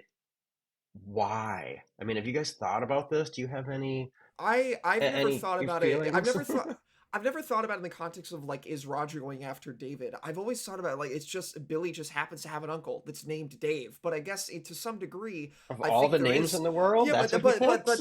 that's what I mean. There is some kind of credence to that because you think at the time, as far as him, Steve O'Rourke, Nick Mason, and David were concerned, all of them left like a very important meeting at some point in 85 or 86 with completely different ideas on what was going on. So then imagine in 1986, Roger's preparing stuff for this new album, and all of a sudden he gets word that, oh, Pink Floyd, they're going to be doing something to. Wait, that's not what we talked about. That isn't what Right. happened. And Roger wanting, and Nick Mason, he mentioned as well, going back, again, I have to go back to Pros and Cons because I like mentioning this. I believe it's an Inside Out that Nick Mason mentions. He saw Roger performing Pros and Cons in 84 at Earl's Court, and he says watching that performance was like looking out the window of a retirement home because there all these people are on stage playing songs that Nick was playing with Mhm. Roger. He felt like there was some kind of disconnect in that Roger can't be the only one parading around the music because he wasn't Mhm. the only one that was a part of it. And Roger again, and when you mentioned Nils, the idea that stripping back, lack of guitar, lack of real drums, removing Dave Gilmour, Nick Mason, Roger, I would argue, although I guess maybe in 1984, in some stretch of good faith, he says in I think it's Off the Record with Mary Turner, he mentions that my Pros and Cons show is a Floyd show, except Eric Clapton's playing guitars and Andy Newmark is playing the drums. Everything else is the same, which is not true in the slightest. No. But to Roger at that point, David and Nick were guitarist and drummer. They weren't people he worked with for almost 20 years. They were guitarist and drummer because of where his mind was and what he was trying to push for, which goes back to with K.A.O.S, the fact that now there isn't really, I mean, there's a drum machine and we have a little bit of Jay Stapley on guitar, but we don't have Clapton's presence or Gilmour or Andy Newmark. We have different entities to fill different needs. Right. I would credit one more thing. I would credit Radio K.A.O.S for one more thing, and this is that to me, this is the first album where Roger managed to really cut off the old Floyd strips. I don't know how to say it in English, but you know what I mean. Everything, like the Pros and Cons, was still a little bit like The Wall, When the Wind Blows, a little bit like Pink Floyd, The Wall, or Pros. And Radio K.A.O.S is Roger Waters. It has nothing to do with Pink Floyd. Yes, it's a Roger That's Waters. fair. And later on, Amused to Death is the same. And I think Radio K.A.O.S is very important for Roger and for us as Roger Waters fans, realizing, okay, this is him and not him, being a part of Pink Floyd or playing Pink Floydish songs or whatever. I would say you agree, because I see you. Yes, I see you, but I don't hear you. Yes, I would. I think because it's funny because I remember the Radio K.A.O.S video EP that's on tape and Laserdisc. When you look at the back of it, it just says Roger Waters' first album after departing Pink Floyd. And I had to think about that. I was like, that is actually a very important distinction to make, because Pros and Cons was leftovers from 1978 to 79. Right. And, Final Cut was leftovers also from 78, 79. And then now it's a completely new piece. But Roger is still writing within his musical ear. He's still writing with, I don't know if that's the term for it. I guess to our listeners, I'm not a musician in the slightest. I don't know how to talk music, but I sure as heck can tell you how I feel about it. Yeah. But that's like home. No, go ahead. I was just gonna say, but that's a really good point, because when Pros and Cons and About Face came out, none of us ever thought that there wasn't going to be another Pink Floyd album, right? Even when Kyle and I were talking about this, I don't know, this week or last week, like, when I've got an ad for the Radio City show and it says Roger Waters, performing Pros and Cons, and a bunch of old Pink Floyd stuff, which I love the terminology of that. Yeah. There it is. I have it on the screen there for our viewers. There it is. So, okay, he's going to play new Pink Floyd stuff at some point in time. So, saying, Radio K.A.O.S is the first, album after he left Pink Floyd, correct in my mind. Let's talk about the shows. So he toured Radio K.A.O.S in '87, mainly again in the United States, and 2 final shows in London. And he took with him Jim Ladd, and Billy was also there. But if we take a look at the set list, it seems as he was not fully convinced of the conceptual of the concept of the Radio K.A.O.S, because he played more and more Pink Floyd songs and some Radio K.A.O.S songs in between. But his concept was, like, in the end, the Jim Ladd DJing the complete show with having a Q&A. And so let's take a look at the song list. We have Radio Waves, Welcome to the Machine, Who Needs Information, Money in the Flesh, Have a Cigar, picks 3 different ones, Wish You Were Here, Mother Molly's song, Me or Him, The Powers That Be, and then on the second part of the show, going live to LA, Sunset Strip, 5:01 a.m., Pros and Cons of Hitchhiking, which got dropped after September 6th, and then Get Your Filthy Hand Off My Desert. I have to mention, we need that moment, a very nice little thing. There's a bootleg from 2002 Roger Waters live at Buenos Aires, and it's perfect quality because it's FM or soundboard, but there's a DJ chattering in between the songs, within the songs and everything. And it's so funny that he says, now the next song is Get Your Filthy Hand Off My Dessert. Which is quite funny. Because it fits. It's so wrong, but it fits. Roger must have gone mad about it. Anyway, so get your filthy... back to the Radio K.A.O.S show. Get your filthy hand off my desert. Southampton Dog, Arnold Lane, which is...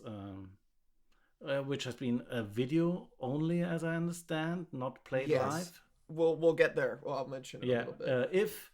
Then Every Stranger's Eyes, Not Now John, which is a nice rendition, I say already.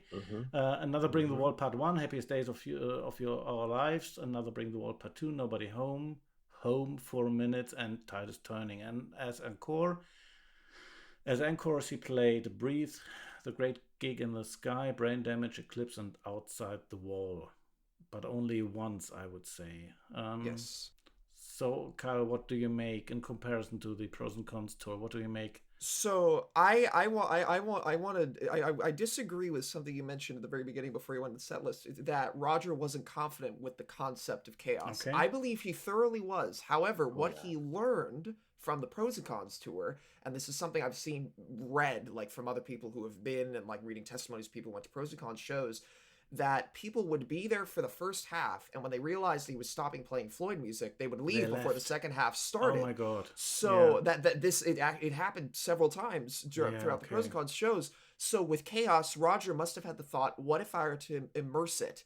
But now, what if I were to mix it in with the Floyd? Yeah. But Roger does this very genius thing, and I love it because I only realized it listening to a couple K.A.O.S shows this past week. He lets Jim take the reins of his creation, and that is something for Roger to completely give, well, almost completely give the sort of, he even mentions it in the show I listened to, the 15th of August in '87, the second show on the tour. Before the break, he says, "I'm leaving you in the capable hands of Mr. Jim Ladd," and the audience just erupts, But the fact that Jim and his voice and his conversations with Billy, Roger and the Bleeding Heart Band is a band that's being played on Radio K.A.O.S. It's not just, oh, here's Roger Waters. No. Roger Waters is the accompanying part of the Radio K.A.O.S on the road. And Jim mentions we're going to hook up with our satellite and Radio K.A.O.S. And it's a very tactile, it's a tactile and in-world way to make Radio K.A.O.S feel real, which the shows do incredibly well. I mean, you have all the advertisements, the little jingles that Claire Torrey is also on the jingles for KAOS radio. I love those because it gives it a little more character. It gives K.A.O.S an identity as this ethereal radio station. And then we go to, ladies and gentlemen, the return of the triumphant fish report with a beat. And I love that because Jim's trying to tell the guy, like, yes, Bert, get on with it. And it's a little like back and forth, and it gives it character. It makes it human. And not all of Jim's segues work. I think the weakest segue in the whole of the show, in the whole K.A.O.S show, is Not Now John is performed. I mean, the prelude leading into that is brilliant, with Billy showing all the environmental disasters and the devastation, and then it just crashes into it. That's brilliant. I love that. But then right after, Jim kind of very point blank is like, "Hey, you guys remember The Wall?" And then they start playing Brick One. It's so like shoehorned in there. And I've always felt that Happiest Days and all that, it doesn't belong in Roger's solo work. I don't think it does, even though it's the quintessential song he's performing. Because at one point he said he'd never play another Brick in the Wall again. At one point in time. And as soon as he re-added Happiest Days, Brick 2, and all that into his set, it tainted every other solo set he had going forward. Because yes, everybody wants to hear the "We Don't Need Education" song. Everyone wants to hear it because that's what the average Joe Schmo, if they're not a Pink Floyd, if they're not enthused, they're like, yeah, it's it's the audience song, get everyone riled up, they sing it together. But those I think are the only weak parts of the K.A.O.S set list by and large, except for the 501 performances by Paul Carrack. I enjoy them they're just not they're not the No, pros and cons they're tour, not great. you know. But I'll so again, this is where I think I'll disagree with you, Nels, right? And I'll echo almost exactly what Kyle said. I think Roger's sense of the theatrical is paramount on this tour, right? Like he has crafted an entire little world, right? He's got his studio there. He's playing in the studio. You've got jingles, you've got videos. I thought it was really stupid at the time, but it makes sense, the way Kyle described it. Like there's even like a video interlude, like, even on Top of the Pops, they would do, video interludes mhm. after a while. I mean, this is 1987. MTV actually played videos then. Kyle, I'm sorry you missed it. I am It sorry I it missed that. it it it fit a great time. I mean, it really was like Kyle was saying, like it's Jim's show and Roger and the band just happened to be there. And I think that that works from everything from the wall moving forward, actually from wall to wall, right? I know we'll get to Berlin, but you know that's Roger being theatrical, and obviously he's still doing that. So I think it was great. There's some music that I don't like. I totally forgot Pros and Cons was in there. I forget Not Now John is in there. It's an okay performance. The snippets of songs are great because who wouldn't want to hear If. Um, we talked on the last podcast about how, seeing Roger here in Minneapolis, that was my first Floyd show. It was great. It was amazing to see him. Um, we can't ignore the fact that he wore his sunglasses the entire time, right? Sort of The still, going to this mystique of I'm just a guy playing in the band, which is a very humble thing for him to do. But it's all his idea, and we all know it. So from that aspect, I think it was really great. But we were just also talking about how this is a story, and maybe it doesn't connect because it's the story that Rogers tried to make up that just mm, maybe doesn't land with everyone. But the K.A.O.S tour, like the show of the performances, I think round out the album and make it very, very enjoyable. And I probably listen to the shows more than I would listen to the album straight through because you do get that story flowing in a better way. And sometimes I think you do need those breaks between the songs because the story isn't as linear as The Wall or Pros and Cons as we were talking about. So great show. Okay, so you have been there. So how was it being there? The reception of the audience, was it a good vibe in total? Did they accept the way he did it? Yeah, I think so. So let's see, when was it? This was September 87, so we didn't really know what was going on with the Pink Floyd show because that had just really just started the day before the album, Momentary just came out 2 days earlier. So there were no Pink Floyd dates announced for Minneapolis yet. They were going to be in the spring, and we didn't know that. So I think there was a lot of people that were like, "Oh, this is Roger Waters. I've heard he's from Pink Floyd. I'm going to get a bunch of Pink Floyd show songs." And it was a rowdy American show. I don't think anyone was disappointed because if what was I 19, um there was no previous opportunity for me to see Pink Floyd, and maybe Minneapolis was unique, but Pink Floyd had never played, and no one from Pink Floyd had ever played Minnesota before that show, so maybe a lot was pent up. I thought it was great. It felt very respectful. um Everyone was really excited. It felt fantastic to me. Um, yeah, I don't know if I could say more about it. It was an incredible It, experience. it's it's really funny and interesting because everything you both say and explain and describe creates for me a horrific feeling of the show. In for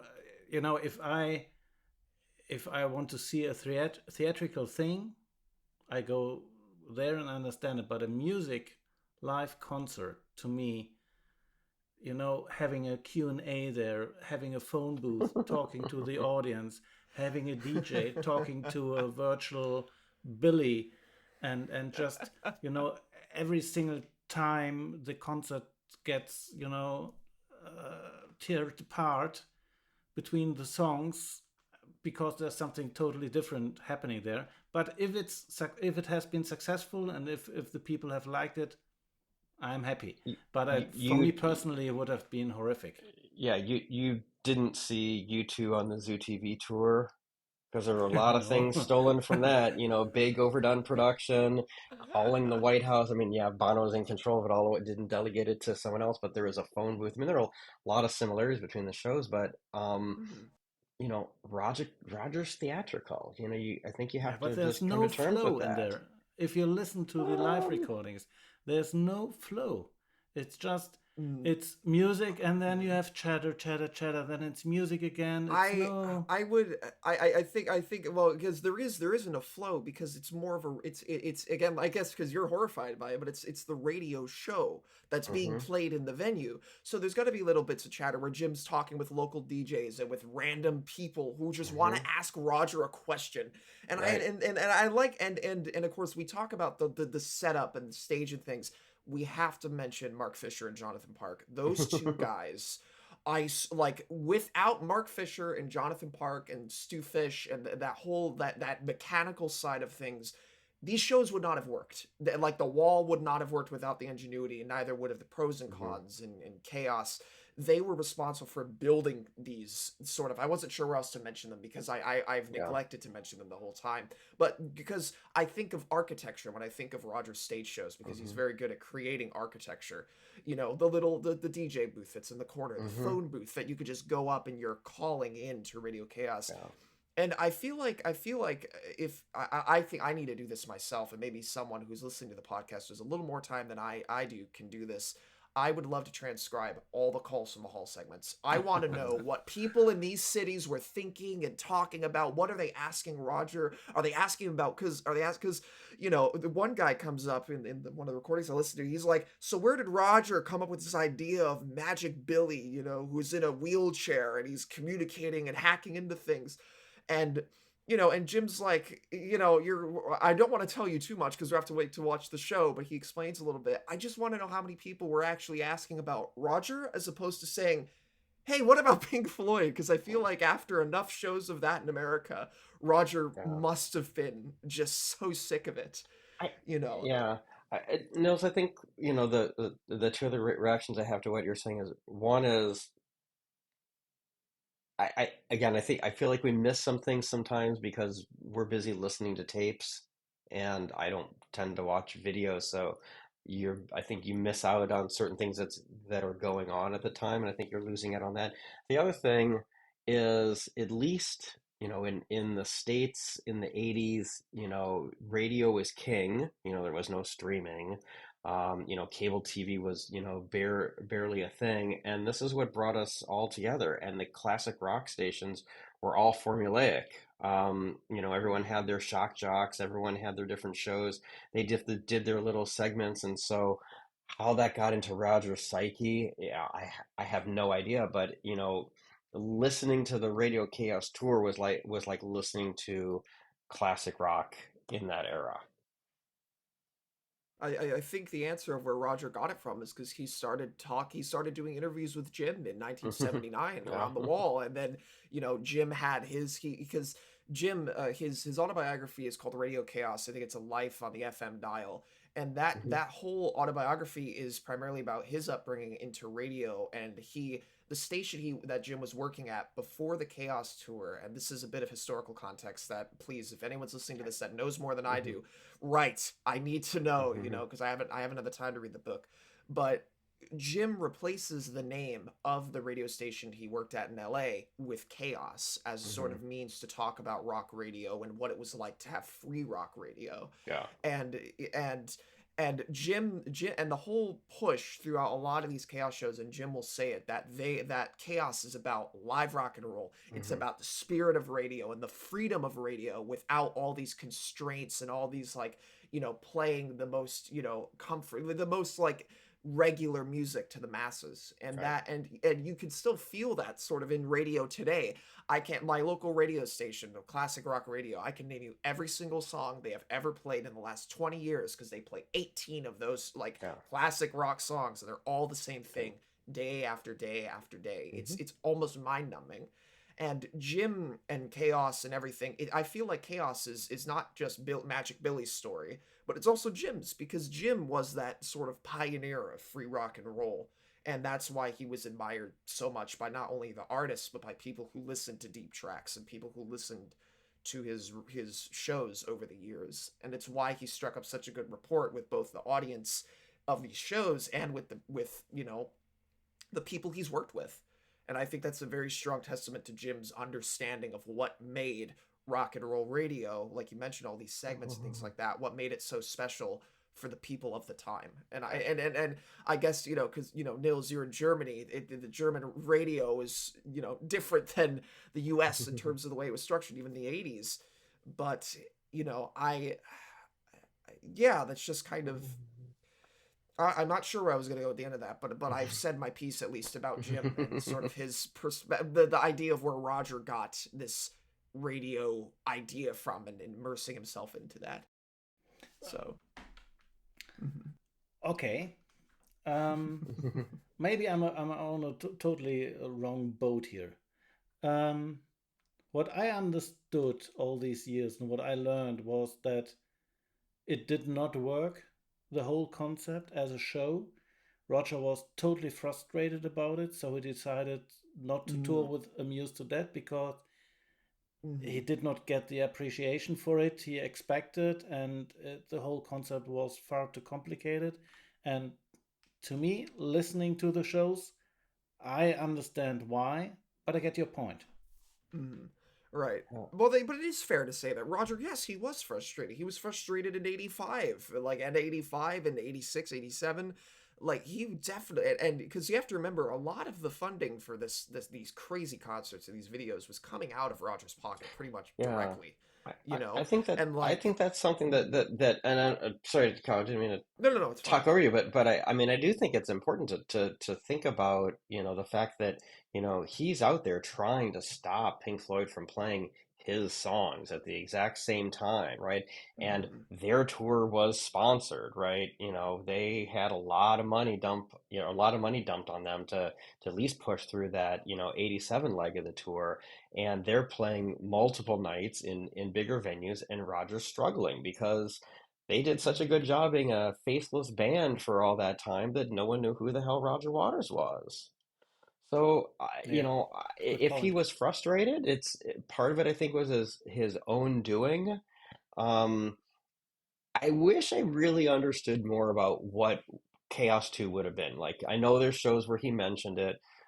There's the Rolling Stone article that I mentioned on the previous podcast in November 87 where he says we're going to go down to the Bahamas, and record with this band, and I'm going to come up with Chaos 2. I don't think any of that material made, Amused to Death. I don't know, what happened there. I can't seem to find anything about it. And so I think he put his tail between his legs and just kind of slunked away and said, well, all right, that's it for me for a little bit. And I think it was that final compromise, if I recall, that was reached between the band and Rogers, December of 80, maybe December 87, I believe. I can't remember the full details, but the reconciliation that they had by the time everything had came to a boil, Roger even recently, in Roger asking Roger a question, he read something about what was the hardest show for him to perform, and he mentions outright that there was a K.A.O.S show where Floyd was playing in another venue Hmm. in the same city, selling out a stadium, and he wasn't selling out a hall of 1,000 people. And he remembers he was just thinking about that in the moment. He hit the microphone, bit his lip, and blood was dripping down onto his shirt. And Roger calls that experience humbling. And to Hmm. some degree, in particularly in that point in time, I believe him. I definitely believe that was sort of an experience where he was definitely like, what is it? He was definitely aware of what was going on Yeah. with the larger sphere of Floyd at the time, and where he should stand. And the final agreement that was reached between Pink Floyd and Roger was Roger gets the royalties when they Hmm. perform his music, but he, and this is the key thing, he gets complete creative and legal control of the wall. And Mm-hmm. that was the one of the only stipulations he had. And I feel as if, to some degree, to the detriment of a lot of people, Roger does have control of the wall in its entirety, and it's probably why we haven't seen live video from 1980 or 1981 officially released. But that's Mm-hmm. another conversation for another time, I think. Yeah, but it's But a of perfect course, segue mhm. anyway. It is a perfect Let's talk segue. about the wall in Berlin, Berlin. 1990. And I'm You so start, honored that we Kyle. have someone that was Or there. You have to go on yes, about that. yes. Please. No, it would be most interesting to listen to hear some of your thoughts about it not being there. Not being there. So for me, it was again interesting to sort of see the dichotomy of Pink Floyd and Roger Waters at the same time doing similar things. So I don't know the exact dates, but we knew that the Pink Floyd were gonna perform and close out the Nebworth show, and Roger was doing his Berlin show, couple weeks apart, right? Like, how does this come together like this? Now, um, it was interesting that Roger even thought about doing the wall on a really large scale. Nils, you and I had talked about how, I feel very fortunate that I started collecting CDs when I did. And one of the things that sort of emerged while I was in college was they put out radio shows on CDs, and they were expensive and hard to find. But there's I think it was oh crap, no, I can't remember the name of it. Off the Record with Redbeard. He did an interview, a two-part interview with Roger, and I think the others were on there talking about the wall. And he's even asked, would you ever consider performing it again? He goes, well, I'd have to do it someplace dramatic, like I'd have to do it someplace like Wall Street, or I'd have to do it at the Grand Canyon, and I don't know how Berlin came up if he mentioned it, but he's like, yeah, if the Berlin Wall ever came down, I'd do it there. So what happens? Berlin Wall comes down, and I guess Roger felt like he had to go do it. Um, I think I think it was a great attempt that he had to kind of honor his father yet again and try to come up with a war memorial fund. I thought that was incredibly selfless and altruistic and not very like Roger in a lot of ways. Um, honestly, I wish he would have raised more money to help people sitting here in the States, and sort of, there'd be TV reports about what was going on. I don't think it was performed, I don't think it was broadcast live here. Nebworth was. I can't remember if the law was or not. Um, but it was kind of mind blowing to think about all these people coming together once you kind of got over the shock of, like, why is Cyndi Lauper going to be there? Why is Bryan Adams going to be there? Um, why are the Scorpions going to be there? Probably because they live there, right? But he put together, I think, again, another really great theatrical show that only Roger could do. Now, if this was his way of sort of, saying the wall is mine, haha, you guys, you can't, perform this material, even though obviously they would. Um, you know, it's his, right? It's clearly his. And I think there's some historical context that's probably better suited, Nils, for you to talk about in terms of what was going on in Germany at the time. But he brought a lot of attention to the fact that the Eastern Bloc nations were going away, Germany was reuniting, and there was change going on in the world. And maybe, Kyle, you brought this up. Maybe this is why the tide is turning was important to sing at the end of the show. I still think it should have been outside the wall. But it did kind of seem like it was a big theatrical end of an event song that he could pull together all the performers around. So um, I don't think we'll ever see anything like that. I think the days of doing, like, a Woodstock or Monterey Pop or any of the other Woodstocks, or but something like this, you're never going to get two, three, 400,000 people, to just sort of crash a single location. Logistics and security won't allow it. So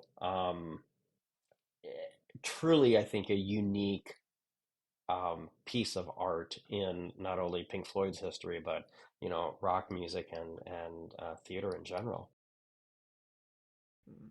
I would say for me, because when you talk about the Wall, you think the original, like around the 70s, like the tour and the film and the studio album. You think of Berlin, and then you think when Roger did it again in 2010 to 2013. And to me, Berlin is the Wall at its absolute, like, you take the theatrics and crank it up to 11. That is what Berlin is. It is the most theatric, overdone, like just over fun, like maybe not over, but perhaps overfunded, just with how much is going on. Like the Scorpions come in on a limousine. There's like like construction cranes holding up portions of the wall. The amount of like ground crew to make that whole wall be built at the scale it was, because when you see the wide shots in the video, it's huge. It is insurmountably massive, and they have I can military tell you it trucks was driving huge, yeah. across it.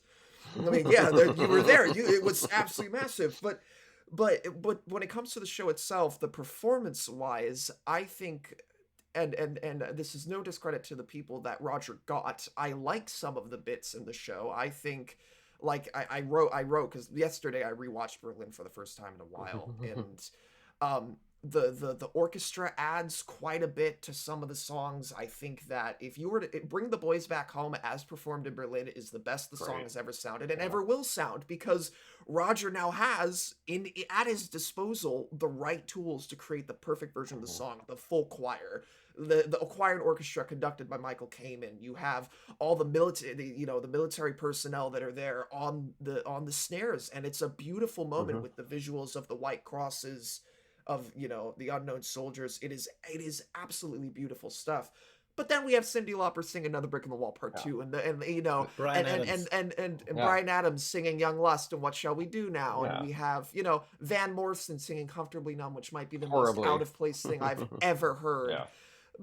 But I wish, because listening to portions of the show, I wish we got a little more of the orchestra here, or a little less of Joni Mitchell during Goodbye Blue Sky. That arrangement could have been absolutely perfect, but Joni Mitchell was singing it in her way. And to that extent, I think that Berlin is if Roger put on it's if Roger tried giving the Wall to a group of very talented artists but couldn't let go of it, and he had to be a part of it himself. So all of the artists are bringing their touches and the way they sing and do things to these songs, but it's not the Wall. Yeah. It doesn't feel like the Wall. It has its theatrics, it has its bombastic sort of nature, but the interpersonal like connection and the feel, like something about Roger at this point in his career smashing up the hotel room during one of my turns makes no sense to me. I've never liked it. I think it's out of character for him, because I don't think he's not Keith Moon. He's not any, he doesn't, you can even tell that he's just kind of like walking around the room, and he'll throw a thing out the window here or there to make the cue, but he's not Pink. Roger was only Pink in 1980 and 1981, when, as he said in the O2 show, he was this angry and like, brooding, like, like prick of a younger man. And that's sort of his justification. He's not that in Berlin. He's just doing something for a cause, and that's what he's doing. He's not. I don't think Roger was invested in the Wall as an idea at this point. I think in 2010 he was, but not now. I don't think he was invested in it more as, this is an event I'm putting on for charity and for people to unite and come together as one to enjoy an experience. But Nils, you're the one who was there at the you were there. experience. You held one of those masks. I'm pointing in the background. I have one. Yeah, the Berlin I did, mask, but I and did not wear there. it. But I did not wear they it. didn't have straps. You just held them up in front of your face. Yeah, That was it. Yeah. Just to go back in time, I went to the first Pink Floyd concert in '89 in Cologne, Müngersdorfer Stadion. I was 16 at the time. I was living almost by myself due to personal reasons. My father was quite sick, so I had to live by myself, and I got a great network of friends at home. I lived in a small village in Germany, and I had that big old house by myself and with my friends, and I went to Cologne '89, and I was totally overwhelmed by the Pink Floyd show and everything was just great. And then I got noticed that he was playing in Berlin, which at that time was very special. The whole Berlin and the German Democratic Republic, and going later on going back together, and all these. I saw that in the news, and it was very vivid and everything. And then I saw, okay, Roger Waters playing the Wall at the Potsdamer Platz, and the Potsdamer Platz is something very special. Now it's unfortunately it's not very special anymore, but at that time it was like the death zone. People were shot there because it was, the separation corridor, so to speak, between East and West, and people were shot trying to flee from the German Democratic Republic. And we all knew that, of course. And then I heard that Roger Waters is going to perform The Wall there, and I was flabbergasted. I thought, okay, what's happening here? And then I heard that, all these guest musicians are playing there, and I was a little, maybe I'm a purist, but I thought, why? It's big enough as it is. The idea of doing that, being there at that time, playing The Wall, is more than enough. You don't need Johnny Mitchell. You don't need Sinead O'Connor. You don't need Ute Lemper. You don't need Scorpions. I mean, the Scorpions, for a Pink Floyd fan, it's no. It's the antithesis. It's the antithesis of Pink Floyd is the Scorpions to some degree. Exactly. But they did such a great job. But anyway, I just told you before the story of that one friend in my village, Marcus, who created these box sets, and we played Radio K.A.O.S, and he was a big Roger Waters fan. And his parents, our family was quite poor, so I would have had no option at all to go there. But his parents were so cool. His father just said, we spoke about it, and I told about Marcus, told me about it, I told them about it, we were there together, and his parents decided, yeah, let's go to Berlin, why not? We drive you there. We drive you to the concert, and we go to an hotel. No hotel even. I think they drove back at night. No, we did. I did not sleep there. I drove back at night, 2:00 or something, and it was like I would say about 400 miles from Bonn, where I lived, to Berlin. So, and it's not an easy highway there, because you had to go through the German Democratic Republic to go there on a highway. It's not regular. It's called Transitstrecke in German, like transit, whatever it's called in English. And it was unbelievable that I had the option to go there. And he said, yeah, we have a nice day in Berlin, and you go there, and we pick you up later, and we go back. And it was fantastic. And as you say, Adam, at these times, between, let's say, 87 or 89 and 94, it was so exciting because so much was happening there. Mm-hmm. And this was one of the most fantastic things I could think of doing. And as I mentioned before, I spoke to my older brother and told him I will be there, and I have a ticket already. And he said, yeah, I'll go there too. I do hitchhiking to Berlin. I'm going to hitchhike to Berlin, but I won't buy a ticket because I will be there anyway, anyhow, whatever. I said, yeah, blah, blah, blah. See you then, haha. And then we got there, and what they did not think of was that there were, I think it were like 60 or 80,000 people allowed at that venue. But it was, as I said before, it was some sort of a death zone. There was nothing in there but dust. And if I talk about dust, it's dust like that. It was a very hot day. And we were, after 2 hours, we were sweating, and we were just like brown from the dust, like full of dirt. And there was nothing happening for hours. We were, I think I was there at maybe 3:00 p.m. or something. And there were many bands mentioned in the program that should have played, up front. Mm-hmm. And the only band I realized were there were the Hooters, which were quite famous in Germany at that time. Mm-hmm. But it was so silent that I thought it would be like stage music they have on concerts before they start the real concert, like normal music.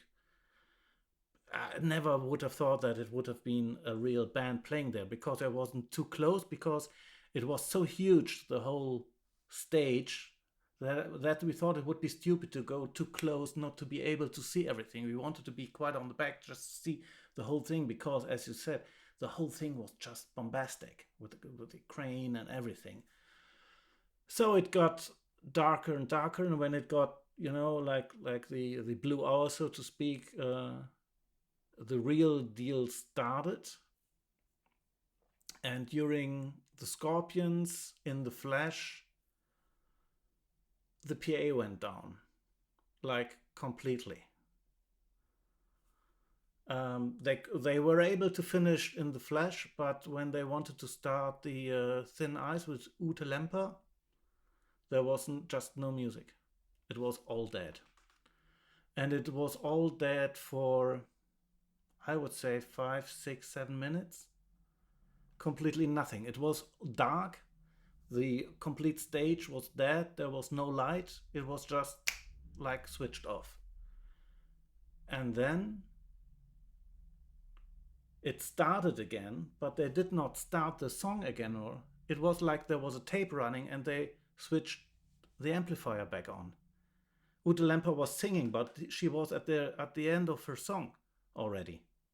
And we just did not understand what's happening there. Is it live music? What's wrong there? So it was all back again. We were totally confused. But then, out of, I would say, 6 up to 8 PA towers they had, and to have the whole venue, only 2 were working, and the front stage stacks. So we had to go back. Everyone had to go back to the PA, and still these were not very loud. You could just talk like I'm talking now. The music was, there, but it was not. You did not get the feeling that it would be a live concert or show where you have, real power. And then between every single song, they had lights on the audience, and you see that on the video, to show off. I say show off, not show. To show off how many people were there. But for us being there, it was like, I couldn't see anything after that because it was so enlightened. And it was so distracting that between every single song, you were totally, the ambience was totally killed. So you were there just barely listening to the music. And I told you before, Carl, when we spoke, that the people were yelling, louder, louder, which means louder, louder. And Roger thought it would be Roger, and he was always, like he does now, always waving, playing his guitar, waving, here I am, I'm the best, like that. But still, it sounds so negative again, but still it was big. It was so big, and I was young, I was 17. And I don't know if I told you that story before, but once we were back in the when we had the break between the first and the second part of the show, I turned around. My brother was there, and there were 300,000 people in Berlin at that Potsdamer Platz. God. And he was there, and I said, "How did you come in?" Yeah, they opened all the fences because they wanted to show the people being there. So they ignored all the people who had bought tickets, and they just let anybody in, everybody. But still, how did he find you in the middle of all that? That's the crazy thing. I was going to say, that's impressive. It's totally crazy. It's totally crazy. Wow. And he didn't even try to find me. He was standing beside me, and he to me, and this is a bit even a metaphoric thing. I don't care. It was the whole thing, like, yeah, I'm here, I don't care. And it was so random.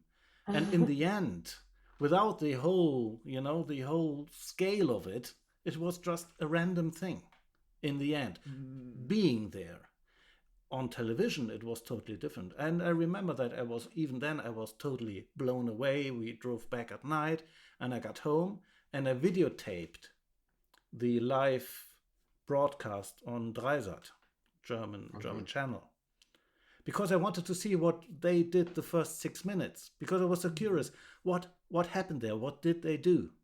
And I put in the tape, played it, and then Scorpions came up on the stage, and then they went off.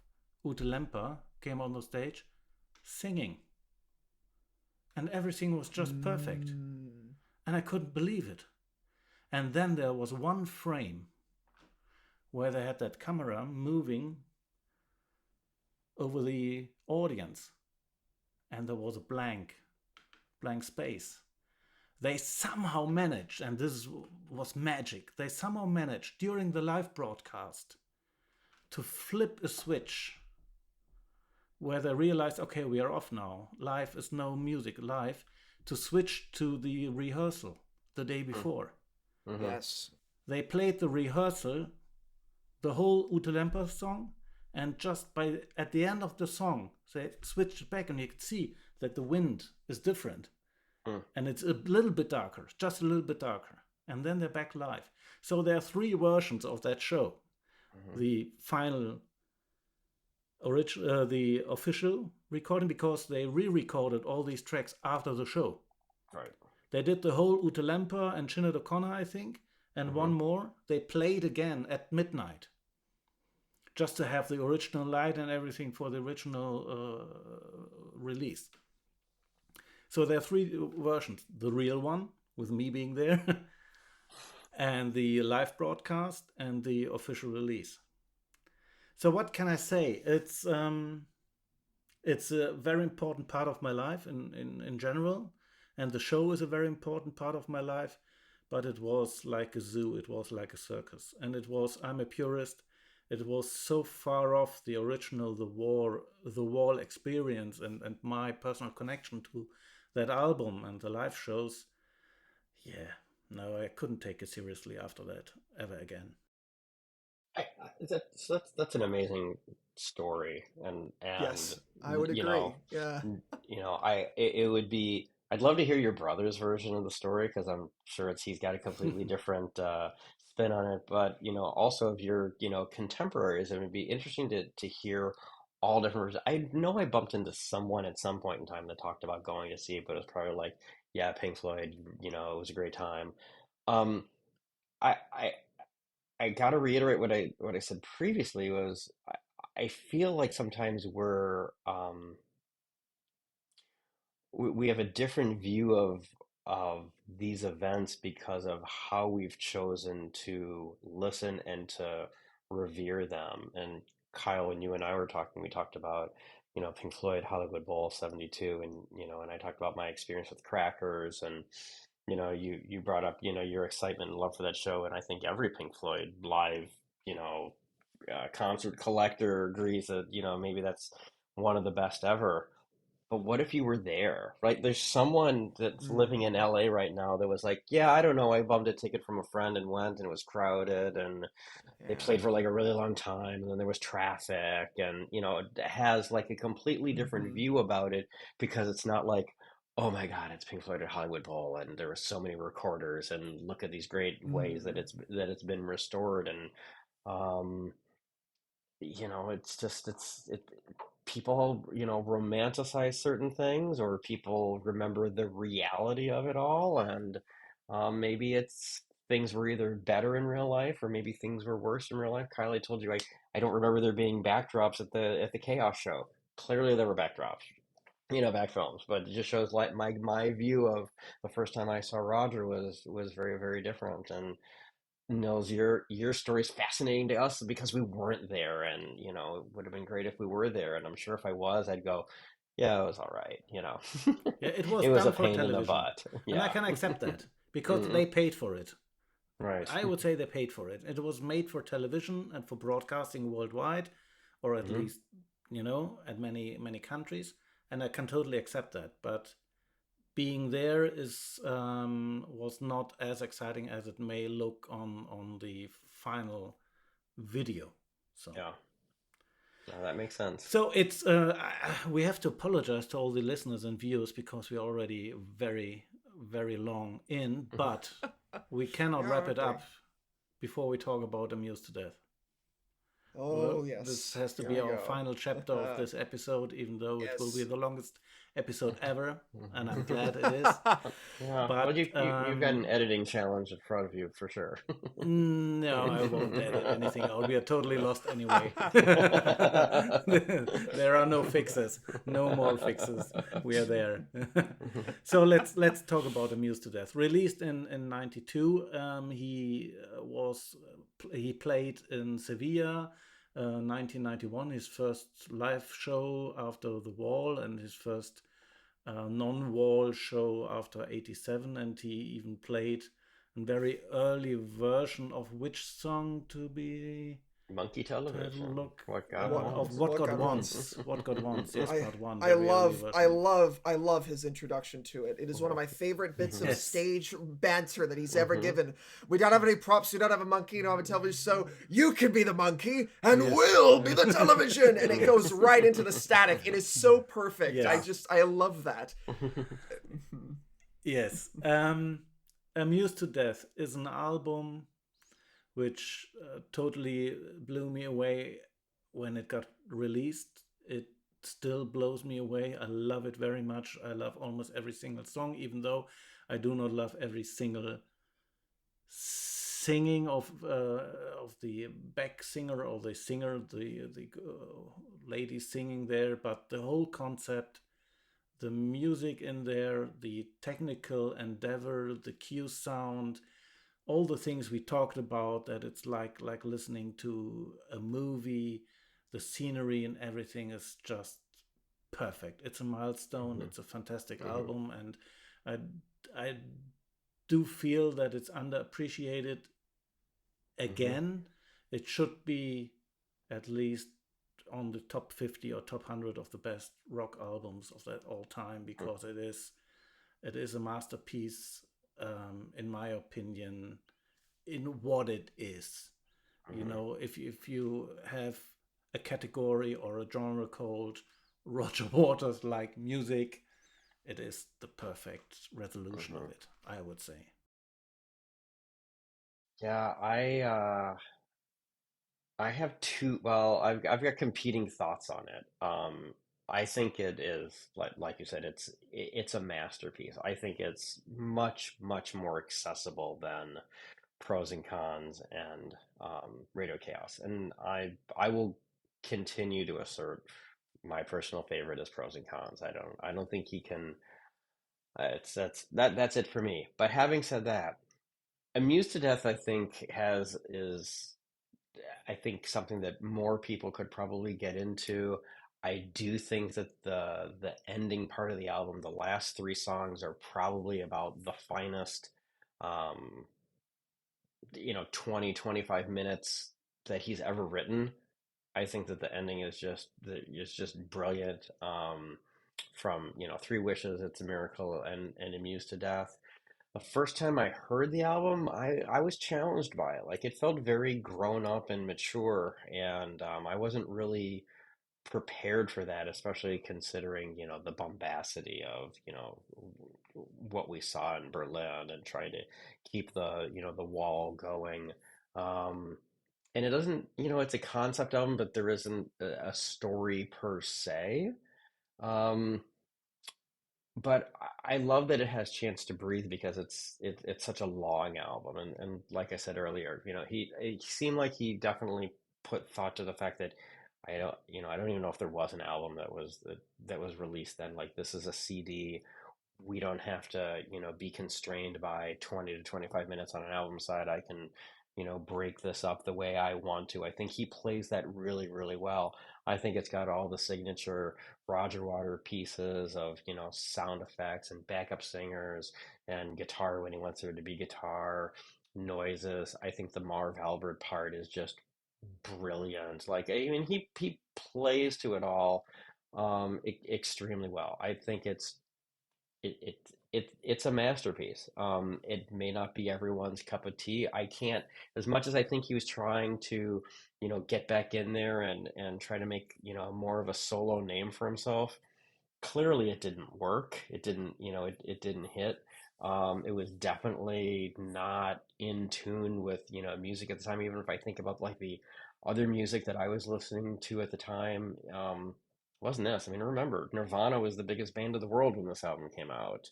Um, this sounds nothing like grunge. It sounds nothing like the electronic music that was, starting to, be more and more popular at the time. I was really into the Orb. The Orb, you can hear that the Orb is clearly influenced by Pink Floyd. There's nothing, in Amused to Death that really links you to some of that, more ethereal stuff, except for maybe some of the sound effects. It it Adam, it we have to stands talk on its about the own. orb later. Sorry, Oh, we I'd have to love to talk talk about the about the orb, not orb. on this podcast, but I got every single piece from the orb, and I saw Oh, him live four oh, times. oh, I'm so jealous. Only once, Back to but yeah, Roger Waters. I we'll just talk love we'll you. talk about the orb for sure.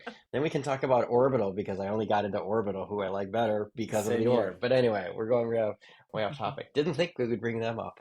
Um, anyway, it's a great out. It's a clearly great album. I'm sure Kyle, you've got thoughts too. I'm sure you have a different perspective on things. So, if we had recorded this podcast a month ago, I would have disagreed on a lot about Muse to Death. But what happened was by chance. A friend of mine, he only knew about Pink Floyd because I'm obsessed with Pink Floyd. It kind of he slowly absorbed whatever it was I was listening to at the Floyd. His mom, she loved Delicate Sound of Thunder. Like, it was one of her favorite albums in the late 80s. She still has her CD and things like that. You know, but I was showing him Roger's solo stuff, like Pros and Cons and K.A.O.S. and he actually, it's funny because K.A.O.S, he liked the 80s sound. He loved the way it sounded. He didn't like Retro. Pros and Cons, he didn't like Pros and Cons, or he liked it, but he needs to like give it another listen. But then I told him we need to listen to Amused to Death, but there's only one thing. He has not seen 2001: A Space Odyssey. I Mm, have. And I told him there's a bit of dialogue from HAL 9000 in the newer mix of Amused to Death. And he says, well, I've never seen it. I want to go into it blind. He only knows about the faceplate of HAL. He knows nothing else about mhm, 2001. And I said, okay, so let me find the 1992 mix where that dialogue is not there because Roger couldn't get the rights at the time. And I found it and started playing it for him. And it was when I was sitting there listening to the 92 mix, something clicked, and I don't know what it was, but I started listening with a completely different set of ears than I had before. And there's something to be said when the beginning of the album being just Ballad of Bill Hubbard with the spoken word underneath, the bits of guitar and the music and the soundscape, that the most riveting bit is just listening to someone talking over television. mhm, I think it's because of the subject matter and because of the way how authentic it is, because it mhm, really does. It's a real testimony that comes from a real soldier who served in, I believe, World War I. It's unbelievable to listen to it and to get into it, and then you get the channel change and the beginning of What God Wants, where you hear the sound of the crowd in the distance chanting What God Wants, God gets. And something about that is so haunting. And when the doors, and you hear those huge doors open, and mhm, and like the venue opens up in the soundscape, it's like it's spine chilling. It's like I mhm, get goosebumps thinking about that like transition. And Roger, I feel like, because like you mentioned, Adam, it's not a concept in the way that it's a story, but there's so much in Amused to Death that when you listen to it, I remember in particular, I think Watching TV has a line about the shoe factory called Taiwan. mhm, My friend and I, we both were like, oh, like we both had that thought, like, oh, because like you think now, a lot of stuff that Roger talks about Amused to Death in the way that he talks about, you know, it's only two humans being in mhm, too much rope, and he talks about like every the national anthem with the bit with Marv. That bit with mhm, Marv during Perfect Sense might mhm, be one of my favorite things Roger's mhm, ever done, because it's taking the voices on Dark Side of the Moon, or the voices that are on like Pros and Cons mhm, and like Jim and Billy on Chaos, and making it into a tangible part of this, mhm. like, in a way, twisted reality where people really are just watching these horrifying events on television as if it's sport. Hmm. And the national anthem, "Can't You See It All Makes Perfect Sense." Hmm. It's something about that is, and to hear it from this crowd, and to hear it's so chilling. And and I used to think a lot of Amused to Death dragged in places because you have the heavy hitters, you have Hmm. What God Hmm. Wants, you have Perfect Sense. But then it's funny, Bravery Being Out of Range, although it's got the same energy, I think it's better now than when the version he did recently, I think is better because he allows himself to kind of, he says what his piece, but he's doing it at a pace that doesn't seem, because I'm thinking of the song and the way it was written. It's very up tempo with like this, or it's very like it's not in the right key that it should be for the criticisms that he's making. And this is something a friend of mine pointed out to me, and I started thinking about and why I like the newer version specifically. But just there's so like too much rope. I like it just, I love Why All the Fuss, it's only two humans being, Hmm. and the way that he writes, the conviction of which he sings, it's unfallible because he believes in it, Yeah. you know. Well, And I love that about the way he sings in this. it's also interesting that he referenced. I mean, considering he kind of goes back to World War One or the Ballad of Belle Harbor, it's interesting that he brings up things like Tiananmen Square, and River being out of range is all about the first Iraq war. It's like it felt really new and current and contemporary at the time, instead of oh, my dad died in World War II and I'm so sad about it. Um, which is just it felt like a departure for him at that time. And I would agree as well about the fact that Three Wishes through the title track at the end is just like Amused to Death might be like, because I love the callbacks. Roger, despite the fact he's so separate from Floyd, he has his little callbacks to his own Hmm. songwriting. You can hear bits of like Home and Brain Damage Hmm. in I think Late at Home Tonight. You could hear you could hear the beginning of Amused to Death, Doctor Doctor, What Is Wrong Hmm. with Me. It's Hmm. just like Hmm. it's weird to compare it to Take Up Thy Stethoscope Right. and Walk, but you as a Floyd fan, you connect back to that in terms of his writing. But what he talks about and the way that he says it, I have never been more like convinced that I've never been more convinced that an album needs to be turned into a televised drama or a movie than Amused to Death, because there's the last lines of, "I've eliminated every other reason for our sad demise. The only explanation left is this species Hmm. has amused itself to death." Hmm. That final line paired with all of the commentary and the emotion and the conviction of which Roger talks about all of these at the time for 92 contemporary issues, but they carry into today in Hmm. a way that is almost, it's striking and it's somewhat haunting. The idea that Roger sing about the idea of all the little ones surrounded their TV screens, all sucked dry down to the very last breath, no tears to cry. But then, because I think now the generation of kids who are growing up on iPads and like having devices at such an early age, the fact that a piece of music that is from 1992, that is Yeah.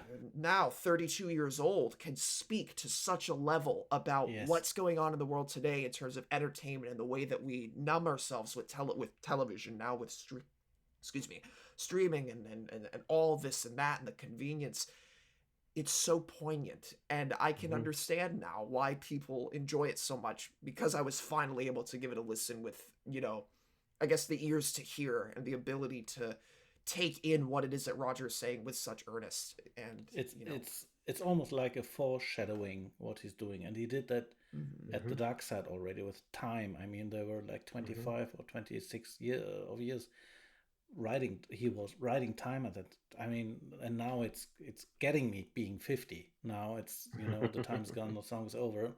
Thought of something more to say, and what, back to Amused to Death. What to me, what strikes me so much on that album is that there's a perfect balance between music, lyrics, and concept. Roger tends to forget the music in sake of the concept or the lyrics, and then I'm having a hard time. But he what they managed as Pink Floyd, and what he manages to do on Amused to Death, is to have a perfect balance. It's musically fantastic, And the first time, 92, when I listened to it, I was 19 years old. My English was quite bad. I did not understand anything at all. And I was flabbergasted. I loved it. I love listening to it. And now understanding what he's talking about even gives me more. Hmm. And that's something which is, for me personally, in comparison to Radio Chaos, for example, after you explained it so very well, I get the concept and I get the idea, but still musically, I don't care. It does not give me anything. But Amused to Death got it all. I, I s- I have to quibble with the music a little bit. Um, I don't think it's as cohesive as it could be because it's not a band, right? So say what you will about the Final Cut, fairly consistent in its musicians. Same thing with pros and cons, and clearly with Radio Chaos. But when I was looking through the list of performers on Amused to Death, I don't think there's a single band on two tracks. I mean, he brought in a lot of people to perform with him. So clearly he had a vision and wanted to cherry pick, who he wanted to play what. I thought the Jeff Beck thing seemed really odd at the time. I still keep saying he needs to do something with Jimmy Page so that he kind of gets all of the Yardbird guitarist in there. Um, but it's not a band playing like, and I think that maybe that's why there wasn't a tour. I think it's because he crafted something in the studio, and you can't say that Dark Side was crafted in the studio because clearly that was road worked, to Mm. death, right? All that touring certainly helped bring out the magic in the studio, and vice versa. Um, it's a studio album. He plays the studio extremely well. And I know you want to get into probably talking about why there wasn't a tour. There probably wasn't a tour because I don't know who he would have gotten to play it, because whoever he would have gotten, it would have been completely different. And then how do you throw in all the old Pink Floyd stuff as well, or the solo stuff? So um, musically, it doesn't seem to hit me as hard. I think it's lyrically probably one of his best works, if not his best work. Yeah, it's okay. I understand. I understand. Maybe it's this album. I have a different approach because I don't. Maybe I don't. I did not expect it, and I don't expect it. Maybe it's more a soundtrack for me. I don't know. Maybe Hmm. it is more like a movie for me, an experience, so to speak. And but musically, even though there are many different musicians there, but the beginning, the ballad of Bill Hubbard, the guitar is just great. I mean, I played a few months ago. I played Kyle. I played to you a self-made mix of Three Wishes, where just removed the front channels and had the only the center and the back channels, and gives you a total different vibe. Hmm. And musically, it's so wonderful. Um, yeah, it's an interesting point you got there, Adam, and I can totally understand it, but somehow, in a most positive way, I don't care that it's not a band project somehow, Yeah. Right. but it's I guess in terms of the logistics of touring Amused to Death, I mean, Roger went to the most extravagant he possibly could 2 years prior. There's no, like in terms of his stage production, you could never have topped Berlin. And Chaos was like a sort of, in a way, streamlined version of Pros and Cons with how complex Pros and Cons was. And Chaos is still a fairly complex show when you think about how many things have to be cued. But with Amused to Death, I mean, there are so many sound effects and bits of soundscape and storytelling that is done in such a way that if Roger would have taken it on the road at any point as a full piece, the whole show would have been Amused to Death. You couldn't have, because Amused to Death is so long, it would have had to have been the entire show, just about. Because you think Chaos is about 40 minutes, Pros and Cons is 40 minutes, even out two Mhm. halves. You couldn't do that to any extent with Amused to Death, because how are you going to cut in stuff like the Floyd hits into it, which he does do You're in, right. in 99 and going forward, Hmm. but also I guess the simple fact that maybe I'm incorrect in saying this, but around 1992 into 1993, the rumors had already started bubbling that Pink Floyd were working on something again, unless it wasn't apparent at that time. Because I know Division Bell was starting to be worked on at least in '93. Yeah, Yeah, I don't But think. Yeah, yeah. I think it was two. Or I'm trying to think. So, I mean, if I'm going to put my old internet guy hat on, the precursor to the Echoes manifest was called Eclipse, and Eclipse sort of transitioned to Echo somewhere in that before the Division Bell timeframe. But it was an active, knowledgeable community then. Shout out to those of you that remember. Um, I don't remember talking about Pink Floyd then in terms of, rumors, or if there was a rumor that maybe something was going on Dave's boat. It's not like, well, we're not going to worry about Amused to death because Dave's going out on tour. I mean, I've been pretty consistent talking about like these things all seem to sort of go together. And so together, Amused to death and Division Bell don't line up exactly. So I'm I think about Amused to Death being played live. To be honest, I'm quite happy that he did not do it because I think it is perfect as it is. It could have only gotten worse playing it live for the reasons we just discussed. And I'm really happy that this is a standalone thing. I'm right. quite happy with the different remixes that happened over the years. I like all three main versions of it, the original 92, and then there was I think it was in 97, or when was the first remix when they added Hall and it got 20 changed. I think 20 well, Roger started using the house sample, I think, in Yeah, '99 because he got the rights to 99. use it starting in Yeah, '99. yeah, But the album itself wasn't remixed. I believe it wasn't remixed of 5.1 until 2015, I think. Yeah, yeah. But there are And three then that, mixes in yeah. total, as Hmm. yeah. I got them, so I'm pretty positive that it's like that. Hmm. But anyway, I think it's a wrap up. After Yeah, all, I mean, we have It's a new record for the next 10 years, and who's yeah. ever is Sorry. still willing to listen and watching to sorry. us, brave you are. Thank you very much for Yes. being with us Yeah, for thank so you. long, and thank you both for the endurance and all the Thank you. No, insights and thank you. everything. Thanks for Thank bringing a It you. fresh was, perspective, Kyle. Your insights are incredible. Thank yes, you. they are, absolutely. I at some point I think I need to consolidate all the knowledge I have on just this into something. I'll figure it Yeah, out. I'll do yeah, it eventually. yeah. But Yeah. And yes, thank you all for listening and watching. And please do not forget to subscribe to the Fingers Cave podcast, not to miss any upcoming episodes. So have a good yes. day, have a good night wherever you are, and see you soon. Bye bye. Take care. Thanks.